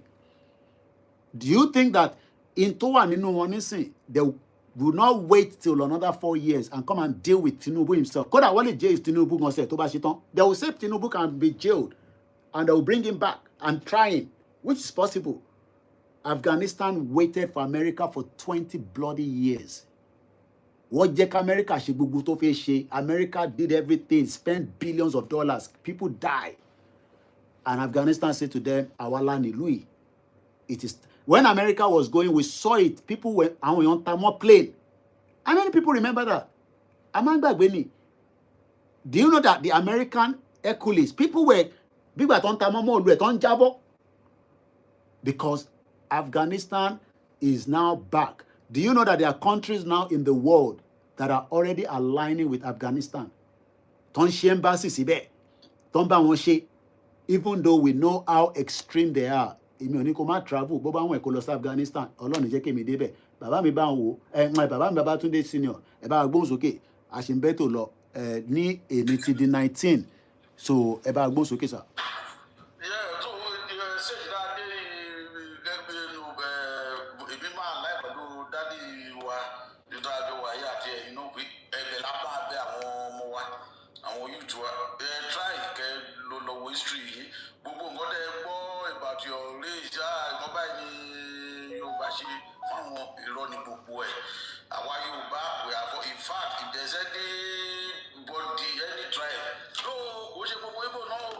Òun náà ni mo sọ kò ń ṣe gbogbo wọn àfi tá bá fẹ́ parọ́.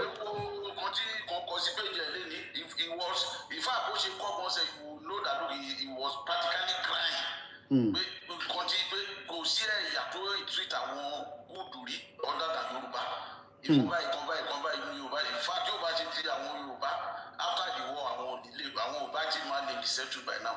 Yorùbá ló resettle àwọn Yorùbá ló ṣe gbá ló ṣàkóso fún àwọn táwọn fi padà di èèyàn ní Nàìjíríà náà lọ́dà. So you have to know the truth about your race. Àdẹ́gbọ́dọ̀ mọ ìlú tá a wà pé look no matter what bí Nàìjíríà ṣe wà bí ó ṣe wà pé tó jẹ́ pé ó wà so tribalistic it has to be like that. Kò sígbà tí ó ní rí bẹ́ẹ̀ because bí Nàìjíríà ṣe wà set up. Kò sí tribe tó jẹ́ majority super majority ní super majority tribe àwọn ní majority tribes ni ó lè jẹ́ mẹ́ta péré kò sí tribe tó jẹ́ 50% of the population kò sí tribe gangan tó lè jẹ́ 40% of the population àwọn pé lọ́wọ́ ni 30-something ni ìlú láàrin àwọn mẹ́ta yóò parí kò with the other tribes wá kó yòókù so. Ọmọ bàbá wa tó wà ń bẹ̀ lọ́wọ́lọ́wọ́ yìí kò sí bá a ṣe fẹ́ sọ gbogbo kọ́dà bá Fúlàní falẹ̀ ni it was because Buhari became president Buhari ló kún South West fún wọn òun ló kún other regions fún àwọn Fúlàní láti invade because ọmọ bàbá wọn ní ọ̀dọ́ tí wọ́n ló ti wá gbogbo ìtú táwọn Fúlàní pa under Buhari gbogbo alárí. He gave them free hand. Láti go in fact ní ìkíní ẹ̀wọ̀n ni òjì kúrò lẹ́tì today tó fi jẹ́ gbogbo pé Fúlàní á fi màlúù jẹ oko àwọn èèyàn wa. Tí wọ́n bá lọ mú Fúlàní yẹn Fúlàní yẹn ò lè lo 2 minutes ní àgọ́ ọlọ́pàá kan fi fi ilẹ̀. Tó bá ṣọ́ra ìwọ tó jẹ oko ẹ̀ ní ọlọ́pàá máa tì mọ́lé. Even in your own land. So Tinubu tó wà bẹ́ẹ̀ minus the fact that the man is the only president of recent who is trying to fix Nigeria. Pẹ̀lú gbogbo àwọn decisions tó take, they are very happy. Kò sí tó bá fẹ́ take àwọn decision, the politician in him will never take that kind of decision now. Because kò sí politician tó máa fẹ́ ó mọ̀ pé decision yìí òun ní wà popular. Ó máa ìjọba òun ní wà popular. Àwọn ìyá máa jẹ àwọn èèyàn. Gbogbo wa sọ pé Amẹ́ríkà tẹ́ àwọn wáyé UK tẹ́ bọ́dí wà lẹ́nu. Ṣé àrò pé wọ́n kàn déédéé jí dìde ní let's go and read their history and see what they went through. They want to pass through to get to where they are today. They do nobody could say the country to go. They jí everybody you be the one go in China. Over almost 1 billion, Chinese low Chinese revolution to get China to where they are today. Almost 1 billion. You can imagine where over 800 million people to go. No one China don't tilekun border against the world for 40 years. Because they want to live, they want to country castle the Lugidi. They did that, but today, look at China today. After you don't have power, China they squeeze America, only squeeze America people lower, go America. Whether militarily, whether as for economy, China will need the biggest economy in the world today. Because the biggest economy than America, biggest economy in Brazil.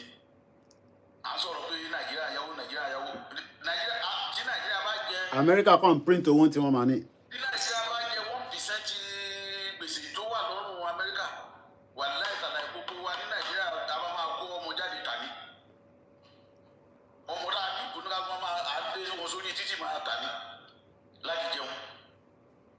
So we were talking of trillions of dollars. Don't get China, come on, everybody will just feel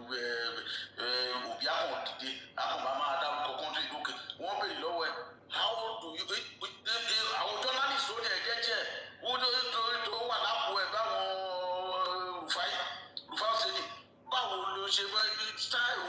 what fix Nigeria because there's nothing in his head.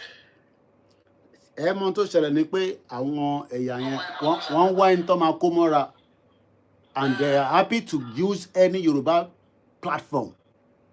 Any Yoruba platform to attack Tinubu, they are very pleased with that. They are very happy. They will flood that platform as if àwọn lọ́ní, because they see it as yes. Even though I mean there should be. We are not saying that there shouldn't be criticism of government. In any part of the world, you must criticize the government, and government must be accountable, must be held accountable. But the way Nigeria is structured, could possible Amalan Eba politics in Nigeria, could that be UK, could that be America? It's not a system that works yet, and it can never work based on many reasons. So if anybody is expecting, any good thing out of Nigeria within the next 30 years, you are fooling yourselves. And that's why David Lammy can say Nigeria will be a better place by 2075. How? Kini instances that might be better. When we are speaking different language, we are not one. Our all agenda is our own personal interest. That interest might not favor the citizen, but it is personal interest. Yoruba have their interest. Igbo have their interest. Fulani has a different agenda. Hausa have their interest. Middle Belt have their interest. But we are just trying to live as one body, but in a different uniform. In fact, my brother, anybody who will support you on only one issue, which is the regionalization of regional government. Don't try like the big bad, which that was the only reason that was not against that one Fulani. I also not that one Fulani against it. The only thing Fulani campaign against Tinubu today is because more of a regional government. Because regional government, it's like Omar Ibe actually At a quarter of Yoruba nation, it will be like a quarter of Yoruba nation. A quarter of it, which is a good, it's going to be a good step, a good first step to take. Because Tabadi state police, Tabadi regional government, we manage our affairs in our region. It means. So now what? But daddy ẹ jẹ́ ká bẹ̀ lọ́wọ́ daddy, why tí ọmọ Yorùbá tó wá sọ pé òun ò fẹ́ state police? So interest wo lẹ wá ń jà fún? Mo kí bàbá wa Fẹ́mi wọ́n ní US economy to shoulder a debt. Why tí ọmọ Yorùbá wà against state police? Mo kí bàbá wa rí jìnnà dé. Àìmọ̀kánì tí wọ́n mọ̀ pé ti practice state police tẹ̀tẹ̀ tó fẹ́wọ̀ wá. Nígbà yí àwọn ọlọ́pàá káàkiri wọ́n fẹ́wọ̀ wá dáadáa náà. Okay. I need 30 minutes to end this program. We have just 30 minutes left. Mo ń gbádùn yín sir. Program ẹ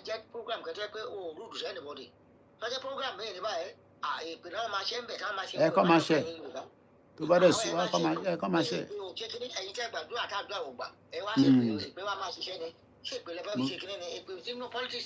Bẹ́ẹ̀ni. Jẹ́ kí ọ̀gbẹ́ni olórin ẹ̀ láyọjọ́ oníbáyé bá dára bí ò bá da ọmọ aráyé ló mọ̀ wọ́n. Bí ayé bá bí Nàìjíríà bá dá bí ò bá dá àwa láǹdíyà kò sí tó kan Ọlọ́run ẹ̀.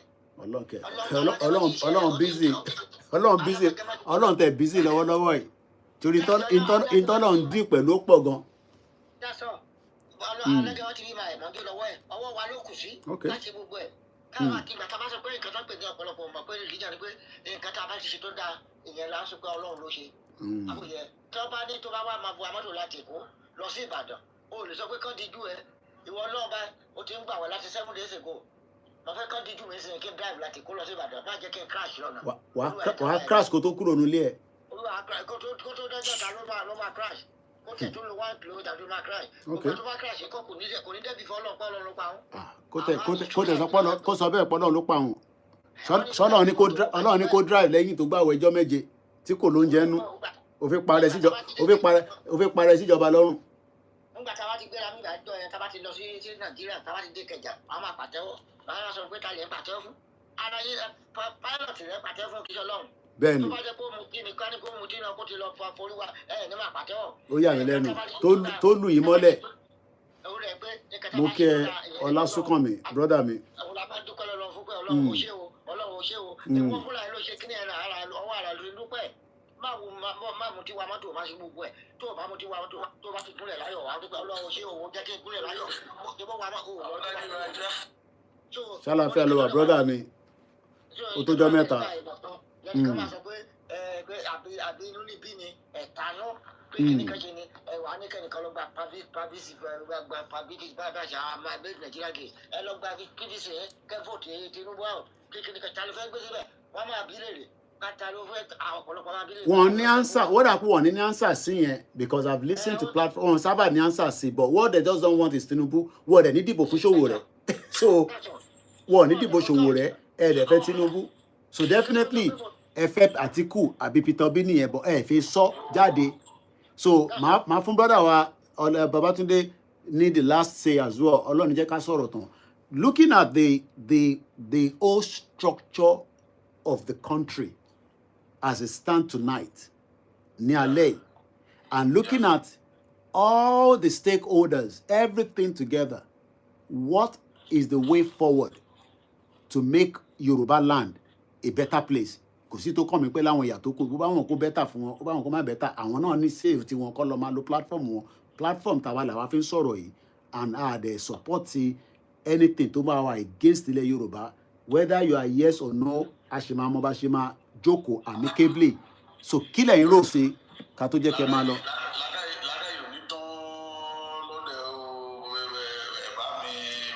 Láṣẹ ìdùnnú rẹ̀. What a question, what a fantastic one at that.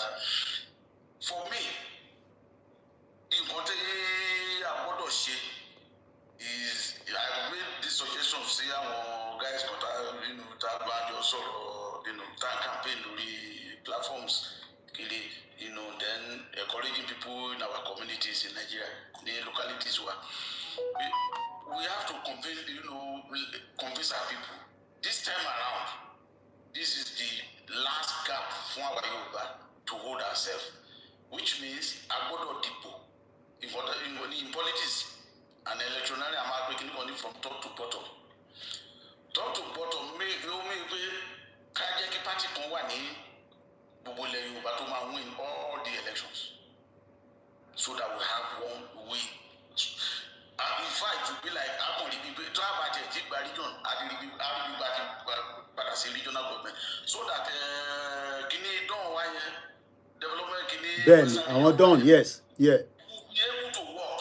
If you don't feel you right perform that from time because right from the very beginning, well, you know, Bobo share Ribi that one Baba Wale do Shingba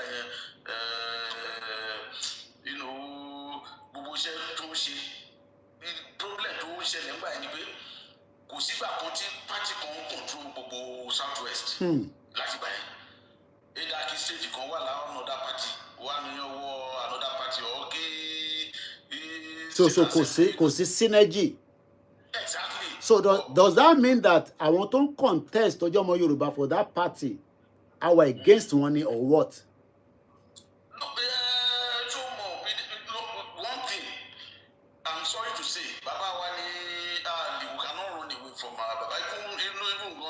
Because Baba Adeleke Nisin is an opposition. Exactly. Seyi Makinde is an opposition, as an example. And I think those are the only two states for now that she need differences where they are not aligned with the federal. Look it. They find it difficult to align because weak. Look at Amotekun. Our former governor, Kolon Bamidele,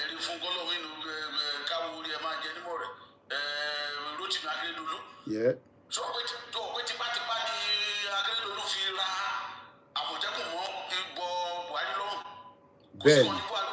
Ben, ṣé rántí pé Màlàmí ló sọ fún Akérédolú pé kò ní right láti ra correct weapon fáwọn Àmọ̀tẹ́kùn. Yes. Let me tell you, how many people don't know there was a governor ní ilẹ̀ Yorùbá who got so many equipment sílẹ̀ fún Àmọ̀tẹ́kùn láti take off. Mi ní dárúkọ state, mi dẹ̀ ní dárúkọ governor yẹn.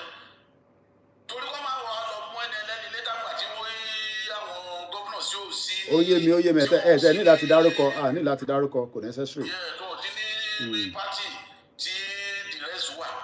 He has to hand over those, military equipment to the federal government. Billions no la de fira owó Yorùbá dẹ̀ ní owó state Yorùbá kan ló fira, which was a fantastic thing.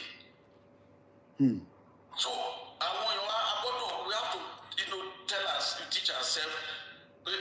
Ẹ ṣe gan-an Alhaji Bashiru. Only we are too liberal for Nigeria setting. All of them have to come from the same party. Okay. Because the state, regional government and state police have state police can only work when all the assemblies don't agree. The majority of assemblies in Nigeria, state assemblies, party pass here. It does not matter what a region of the country says or not. Okay. So our Yoruba until that one central party. Yeah. And then we just send the other out. Everybody vote along. That's it. It will make things easy for us. If we want to push you back forward, Thank you so much for the submission. Obeledumare, but to follow you back. So Katubo ma engage. To the engagement, o mama go as much as up to when we achieve our desired goals. Interfe gongon. And like I've said in this broadcast tonight, and as we have said it in the last 3, and we will continue to engage while we are treating other areas of topics. But tell me about Jade, we will focus on the same future of Yoruba land. The topic that let us on we must use new strategies to achieve our goals. We must not allow, we must now block the so I got to block in Northerners from having access to power. What is Shilo?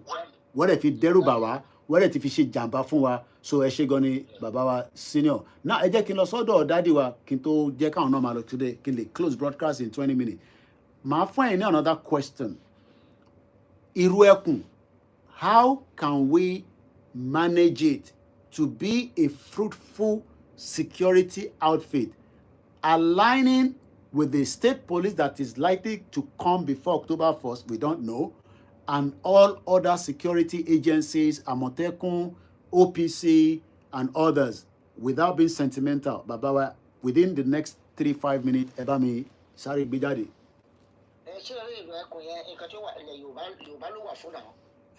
Ẹ mọ̀ sọ fún àwọn ẹ̀yà tó kó ilẹ̀ Yorùbá náà ni mo ń sọ fún òsì yìí kàn mí tá a bá ń sọ̀rọ̀ ilẹ̀ Yorùbá là ń sọ̀rọ̀ dádì a sọ anything tó sí tó kàn wá pẹ̀lú tó ń lọ ní gbogbo other side. Sẹ́nìkan tó lè wá nígbà tí wọ́n ti fún ọ ní láísẹ̀nsì kó ṣe pé kíní ẹ̀ ó wá kọ ọmọ tó máa ní káfí kankan kú ẹ̀hún tó máa sọ pé kò ní ṣeé ṣe nígbà tó yẹ pé ilẹ̀ Yorùbá ni bí bàbá yẹn sọ lẹ́ẹ̀kan yẹn ká jẹ́ kó gbogbo wa kán ní station sí gbogbo Yorùbá land. Ṣé mọ̀ pé ẹ má bínú dáàdì ṣé mọ̀ pé ìrù ẹkùn Ọ̀fà ní Ọ̀yọ́ state àìtí gbọ́ respond pé àwọn fẹ́ fún school kọ̀ọ̀kan ní ìrù ẹkùn members méjì láti máa bá wa ṣe ààbò níwọ̀nba tí agbára wọn sì kà fún àwọn local government ní gbogbo Ọ̀yọ́ state fún schools but it seems again since the state will align pẹ̀lú federal that is not coming fruitful but state sọ pé àwọn fẹ́ kí wọ́n interrogate federal lórí bó ṣe gba àwọn ọmọ sílẹ̀ pẹ̀lú United Nations ẹ bá gbóhùn sókè mò ń gbọ́ dádì ẹ má bínú pé mo interrupt yín. Tàbá sọ pé a máa ń pe àwọn kan ní ọmọ àlè kì í ṣe gbogbo ọmọ àlè ní ó wà dáadáa o mo rí bí tó máa lè tó máa kọ ọmọ àlè gan tó ti hùwà ju ọmọ kan lọ tàbá wò wọ́n gbà mí ìwà yẹn kó mú ọdọ máa lè ọ̀tẹ̀ kákú máa pè wọ́n níbi tí àwọn ọ̀dàlẹ̀ ni wọ́n. Okay. Progress. But kò ń ṣe gbogbo OPC là ń sọ yìí o because OPC ó pín sí many carbon sọ ká lè wà very careful tó táwọn Yorùbá kan gbọ́ OPC kọ́ máa dùn pé ẹ generalize gbogbo wọn. Okay. Àwọn ọ̀dàlẹ̀ wọn burú ju bí bá lọ pé bí kú lè parí tọ̀dọ̀ lè parí ni. Wọ́n burú ju ọmọ àlè lọ ọ̀dàlẹ̀ ó burú ju ọmọ àlè tó bá jẹ tó bá mu tó ń dalẹ̀ tó ṣe ẹlẹ́yìn ó lè apààyàn ni wọ́n o.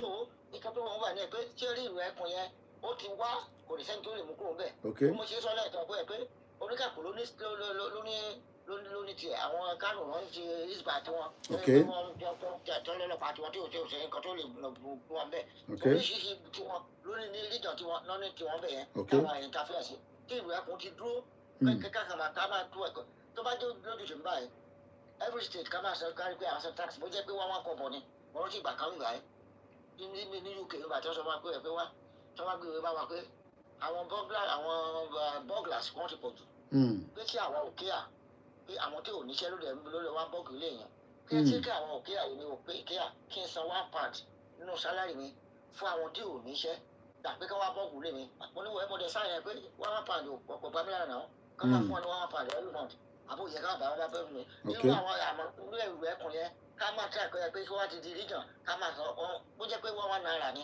ká máa sọ sápò wọn ká máa lè fi san sálárì wọn. Láti lè fi ran wọn lọ́wọ́ torí pé funding wọn máa need ẹ̀ lọ́jọ́ iwájú àti nísìn. Okay. But ṣé kí state governor ní gbogbo state kankan ṣé káwọn náà kọ́ ní small budget fún irú ẹkùn ìjà àwọn tó kò ní máa sọ pé ẹ̀ fáwọn ní budget ṣé tó ló jẹ́ Ìgbòho ni. Kọ́ máa sọ ti Ìgbòho nìkan ìkọ́ mọ̀ pé ẹ̀ pé ilẹ̀ Yorùbá lélẹ̀ ní kò kò bí lówó ṣe ká mọ̀ pé kó má dàbí tari Akérédolú ìjà ẹ̀ òun nìkan ló ṣe anti-open grazing law ń gbà yẹn náà wọ́n fi ilẹ̀ gbogbo àwọn gómìnà sọ̀tọ̀ pọ̀ tiẹ̀.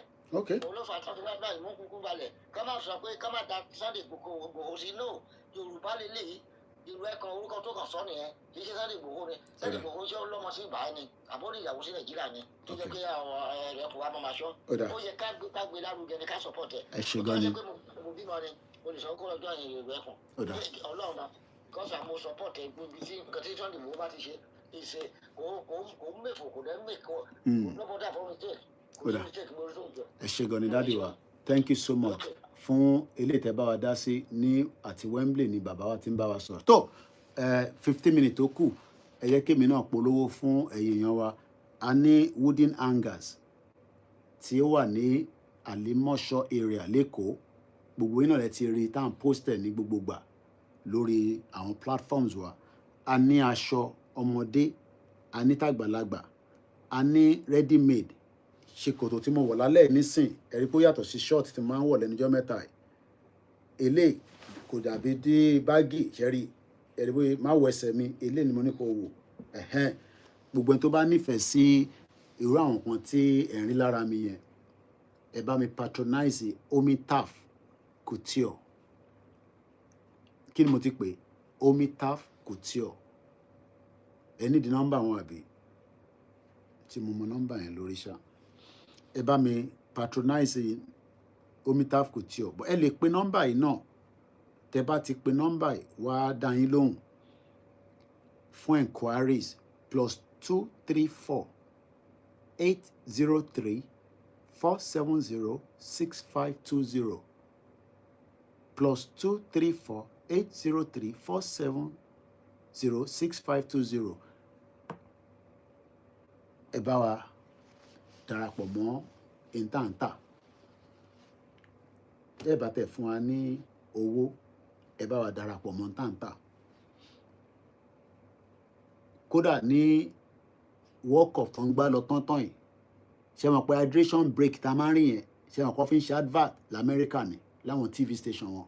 Is a big time advertisement ní minute tó fi lọ fún hydration break yẹn. But àwa náà máa ní structure tó bá yá níwọ̀n bá ta máa make sure pé advert a máa lọ lórí ìkànnì wa, torí òun la máa fi fọ́ǹdì iṣẹ́ tá à ń ṣe. Àti jókòó nísìn ó ti lọ bí wákàtí 3. Kò ń ṣọ̀fẹ́ ni akọ̀jókòó báyìí.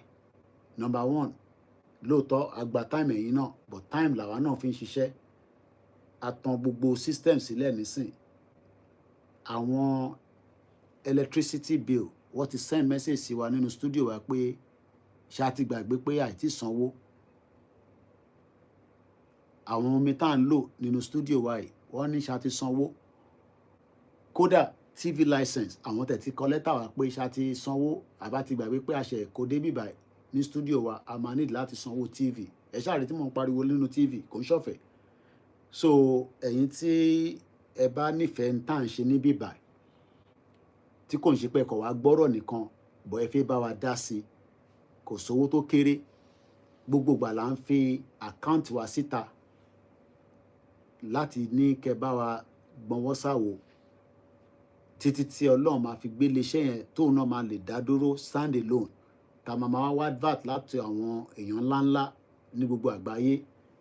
But nígbà táì tí rí wọn, ẹ̀yin tí a mọ̀ náà la máa pè kí ẹ bá wa dá sí. Tẹ́tẹ́ bá wa dá sí yẹn ló máa jẹ́ kí àwa náà lè ṣe sí. Ọmọ wa tó máa ń jáde tẹ́ máa ń rí ìyẹn Martins, òun máa ń jáde frequently dáadáa. Ó slim báyìí. Ó ti send message sí mi lánàá nísìn, ó ti dìjẹ́ta báyìí. Lánàá ló send message pé ọ̀gá íńtánẹ́ẹ̀tì òun ti tán. That is 35,000 naira nìyẹn straight. Bí mo bá send 35,000 naira sí, kò lè ṣe program lọ́la nísìn. And I'm sure pé tí bá lọ wo gbogbo program tí wọ́n ń ṣe, gbogbo yín náà ni ẹ̀ ń gbọ́, tí ẹ̀ ń wò, tí a dẹ̀ ń fi nǹkan méjì ta fi ń kọ́ra wa lẹ́kọ̀ọ́. So but tí mo bá send 35,000 naira sí nísìn, báwo ló ṣe fẹ́ rí new internet service? Àbí máa ní kó pe àwọn tá à ń ra internet lọ́wọ́ ẹ̀ pé àwọn tá a fẹ́ fi bá sọ̀rọ̀ wọ̀ fún wa lówó, but káwọn bá wa top up. It doesn't work like that in reality. Ìyẹn ni UK ṣe jẹ́ one of the strongest country when it comes to services. Ẹ lè beat wọn. The services are there, but you will pay for it. Kò ń ṣọ̀fẹ́. Àwọn ará Nàìjíríà àwọn náà fẹ́ services tó fẹ́ sanwó, but wọ́n ní kẹ́ ṣe pay as you go fún iná. Kí ló dé tí wọ́n fún yín níná? Ṣé rò pé àwọn kan ọ̀fẹ́ ra náà ni? Wọ́n fẹ́ ra náà. Ìyẹn ló ṣe ní kọ́ lọ ṣe ní pay as you go. So why tí kò ṣe wá síná? Because if you are running a meter, people are expected to have light so that kọ́kọ́ ibi kẹ́kọ̀ọ́ ráwó sí náà ní kẹ́dẹ̀ fi sí kó dẹ̀ tàn. Bọ̀ wá tún múná lọ ní 21st century. Kí ló dé tó mi ò wọnú lé tí a ṣe ń ṣe borehole àfi tá à ń ra pure water. Irú èmi nísìn tí bá wálé nísìn èmi ò lè bá yín mu pure water, bottle water lèmi máa ń mu. Wọ́n dẹ̀ gbọ́dọ̀ mọ ibi tó ti fẹ́ rà torí àwọn ọmọ ẹ̀yà kejì fake pọ̀ láyé wọn. Àwọn làwọn mọ̀ nípa fake, ayé wọn ti bàjẹ́ lórí kọ́ ṣe fake, àwọn nìkan ló ń ṣe fake. Gbogbo ilẹ̀ mọ̀ ẹ̀yà kejì tí mò ń sọ. So omi tí bá máa mú yẹn gangan gbọ́dọ̀ make sure pé ó wá láti the right source, kó lu ẹ̀ má lọ mú kí ló máa ń múyàn tíyàn bá mu omi ìdọ̀tí ní anywhere, ṣé cholera ni àbí whatever, typhoid, kó lu ẹ̀ má lọ gbé typhoid padà wá sí London. So these are the things, you know, the services can be put in place, but ẹ̀yin aráàlú need the infrastructure tí services yẹn máa fi kick in. Kò sí iná, báwo la ṣe fẹ́ ṣiṣẹ́? Ẹni tó fẹ́ dirun gan nídìí iná, torí nígbà tó bá lọ dirun tí bọ́dí odò fi pa ẹ́ torí pé kò lè tán AC, ó ní AC bọ́ kò lè tán. Bọ́ tó bá tán AC, bọ́dí ẹ̀ máa calm, kò ní máa sweat lábẹ́. Èmi wọ public transport nígbà tí mo wálé last year, òórùn ìgbà míì tó bá wọnú public transport yẹn ẹ̀rọ á máa bẹ̀ pé ṣẹ́ni yóò wẹ̀ láàárọ̀ yìí ni nígbà tó lo body spray. So a lot of services is available that can be done in Yoruba land, but they must first implement the infrastructure to enable you to have those services. Without that, failure ni. And with the current situation right now, there's no other person that can continue apart from Tinubu. Tẹ́bádẹ́ náà yóò fẹ́ Tinubu, àwa fẹ́ Tinubu, ẹ̀yin lẹ́yìn náà fẹ́. But tí a bá fail pé kí ẹ̀yà mi wọlé, a jẹ́ pé àtúnṣe tó máa start all over again. Ó sì bẹ́tà ká ṣe máa wẹ̀ ẹ̀yà tiwa, ká dẹ̀ máa béèrè in tá à ń fẹ́. Ẹni fẹ́ restructure kó máa béèrè, ẹni fẹ́ independent Yorùbá nation kó máa béèrè, ẹni tó dẹ̀ fẹ́ kúrò ní Nàìjíríà náà kó máa béèrè, ẹni tó bá fẹ́ jápa gan sẹ̀ kó béèrè lọ́wọ́ president Tinubu pé ọ̀nà wo ló máa gbà jápa, sórí omi ni àbí kó gba visa. Tó bá láǹfààní àti kúrò ní Nàìjíríà, má yẹ kẹ́ni kankan fúnlẹ̀ pé ó difficult nílò ìbò, ọmọ máa bọ̀ kájọ máa ṣe. Tó bá lè lo African country, fair enough. Má jẹ́ káwọn tó ń tan ring light tó ti wọ London, àwọn mo fi ṣépè, mo ti fi sọ pé àwọn ọmọ àlè. Àwọn wà ní London, wọ́n sọ fún yín pé London ni difficult. Sọ fún wọn pé tí wọn náà bá dé wàá mọ bó ṣe ń rí. Don't be fooled. Any opportunity that you have, japa. Torí Nàìjíríà ò tí gbádùn. Bread ò ṣe jẹ. Nígbà máa jáde láàárọ̀ yìí nísìn, mo dín ẹyin 3 pẹ̀lú iṣu. Iṣu yẹn gan ṣì wà ní fridge. Ẹ jẹ́ n fi wọ̀nyí. Mo ò lè jẹ tán. Wàláì. Ẹyin 3 ni mo dín. Torí àgbàlagbà gbọ́dọ̀ máa jẹ ẹyin 2. So tá bá ń sọ gbogbo àwọn ọ̀rọ̀ yìí, kò ń ṣe pé a fi ń tẹ̀ sí yín lójú. Benue State lọ ti ń kóṣù wá àwọn olórí burúkú terrorists, torí mo ti fẹ́ parí program yìí, I only have 7 minutes. Torí iṣu ló wà ń bẹ̀ yẹn pẹ̀lẹ́ yín. Torí nílùú yìí a máa ń kò sí time, so a bẹ́ṣu yẹn wàá kó sínú freezer. Tó bá wá fẹ́ sè tó mi bá ti gbóná wàá jù sínú ẹ̀. Òun lélẹ̀ kódà ìgbà tí iṣu yẹn fẹ́ jiná mo tún fi bọ́tà sí kó lè yànyàn lẹ́nu. Òun nìyẹn, iṣu ni òun ni pẹ̀lú ẹnu. Ẹyin 3 làgbàlagbà máa ń jẹ, mo gbọ́dọ̀ jẹ 2. Àgbàlagbà ni mí, ọmọ kékeré inú ilé gan sẹ̀ 2 ló máa jẹ. Ẹyin 4 ló yẹ kí n máa jẹ, bọ̀ iṣó mi máa pọ̀. Ẹ ṣe gan ni, a kú 4 days gan sẹ̀ àti win lálẹ́, inú mi dùn. So ìjọ wo ni wọ́n ti jẹ́ yín gbẹ̀yìn? Kí ló mú ẹyin yá? Poultry. Kí ló dé tẹ̀lé ṣe poultry business? O need 24 hours electricity. Wọ́n bẹ̀rẹ̀ kó má níná. Gbogbo adìyẹ yẹn máa kú dànù ni. Àtàwà ń bẹ̀. Ó má dẹ̀ lọ sápálù ẹ̀ lórí. Ní mú mi díẹ̀ sí. Kí má lọ gbé sẹ́nu bá wọn pé aráàlú òyìnbó. Èmi ò ń ṣe bọ̀bọ̀ tó máa ń ṣe content tó ní bákan ló ṣe mú mi bákan, kò sí tó kàn mí pẹ̀lú yẹn. Àwọn royal family, àwọn ọmọ bó ṣe máa ń mú mi, wọ́n mọ bó ṣe máa ń jẹun. Èmi ò ń ṣe royal family, but ọmọ Yorùbá ni mí, ọmọ aládé. A lot of things needs to be done láti make life easy fún yín. But wọ́n fẹ́ kí life easy fún yín. Torí àwọn olóṣèlú fẹ́ control yín. Àbọ̀rọ̀ mọ̀ yẹn. So bọ́rọ̀ yẹn ṣe jẹ́ lálẹ́ yìí nìyẹn. Mo fún wa ní enough time ká fi sọ gbogbo, even though pé a lot of game tó ń play lálẹ́ kò jẹ́ kí n concentrate at some point. So I only have 5 minutes kó fi pé 3 hours. Mo dúpẹ́ lọ́wọ́ ẹ̀yin tí a jọ jókòó, tí a jọ ṣe. Mo kí bàbá Waris Jinadu, mo kí Alájà Queen Ara, ìyá dáadáa. Géèmù alẹ́ ìdá. Mo kí Táíwò Henry Ọlájídé, ẹ ṣé gan ni, ẹ kú àdúró tí àwọn comment all the way through ni. Ọlárìnwájú Ajíbọ́lá, mo rí Ọlákúnlé Sunday. Mo kí gbogbo wa lẹ́ẹ̀kan sí. Níbo ni àwọn tó gba country, níbo ló bá ṣẹ́ dé? Àwọn tó náà àwọn ti declare Yorùbá nation. Ẹ̀ ń wò mí ràn ni. 5 minutes náà ló kù, kò tẹ̀ tó 5 minutes, ó kù 4 minutes. Àwọn tó náà àwọn ti declare àti gba Yorùbá nation, àwọn ti gba country, níbo ló bá ṣẹ́ tí wọ́n dé? Ọlọ́run ọba Elédùmarè á wà pẹ̀lú wa.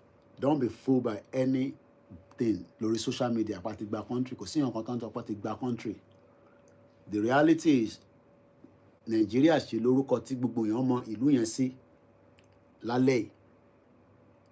But it has a lot of issues. Issues tó wà ń bẹ̀ láti 19th century ló ti ń bọ̀,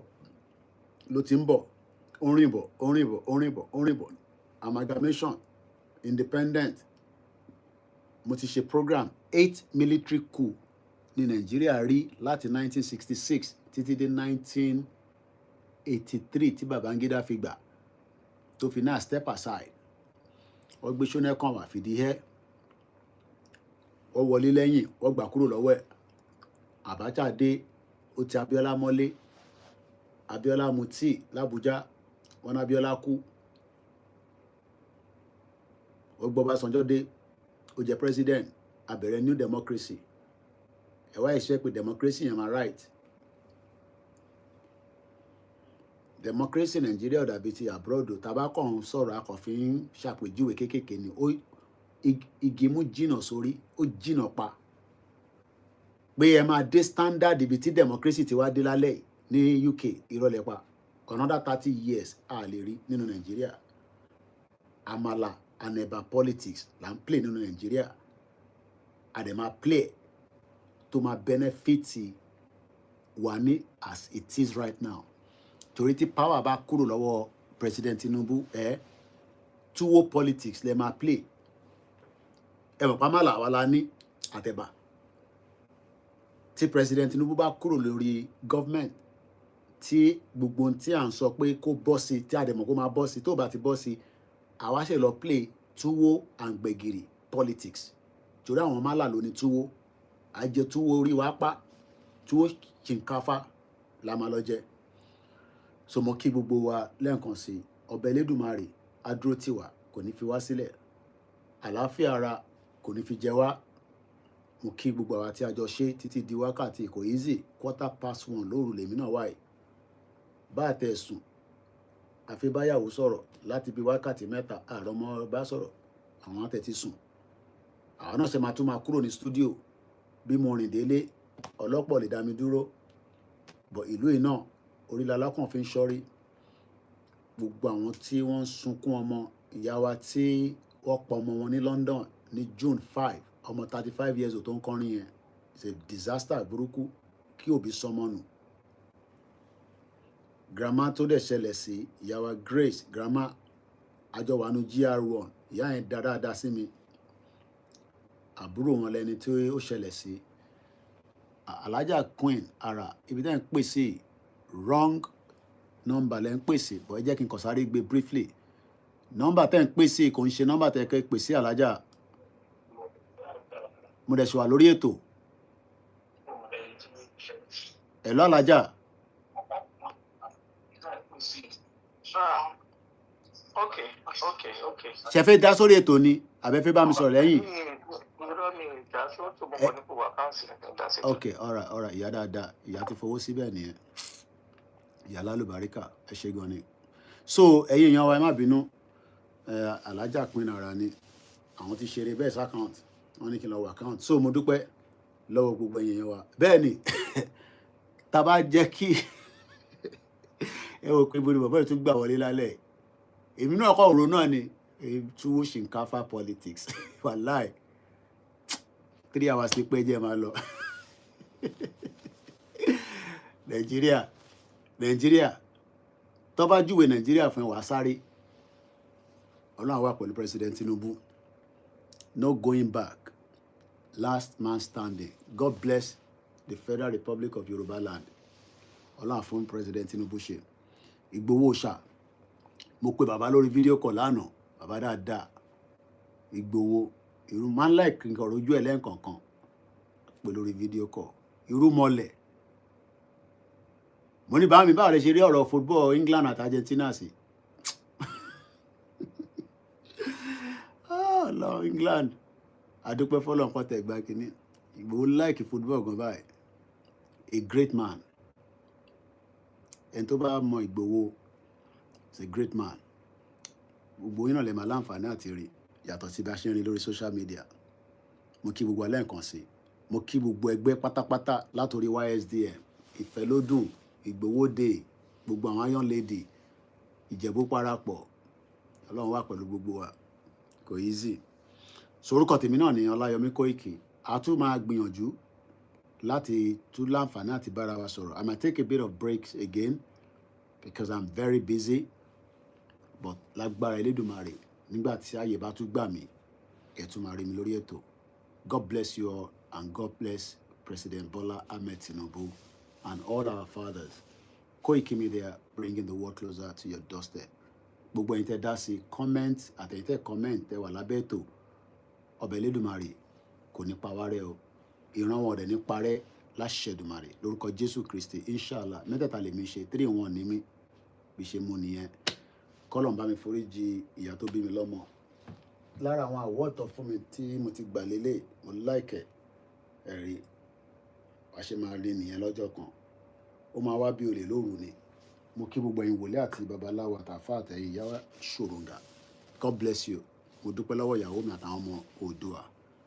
Yoruba nation, no retreat, no surrender. But for now, our strategy will be changed on my own platform. Koikimedia, bringing the world closer to your doorstep. Good night.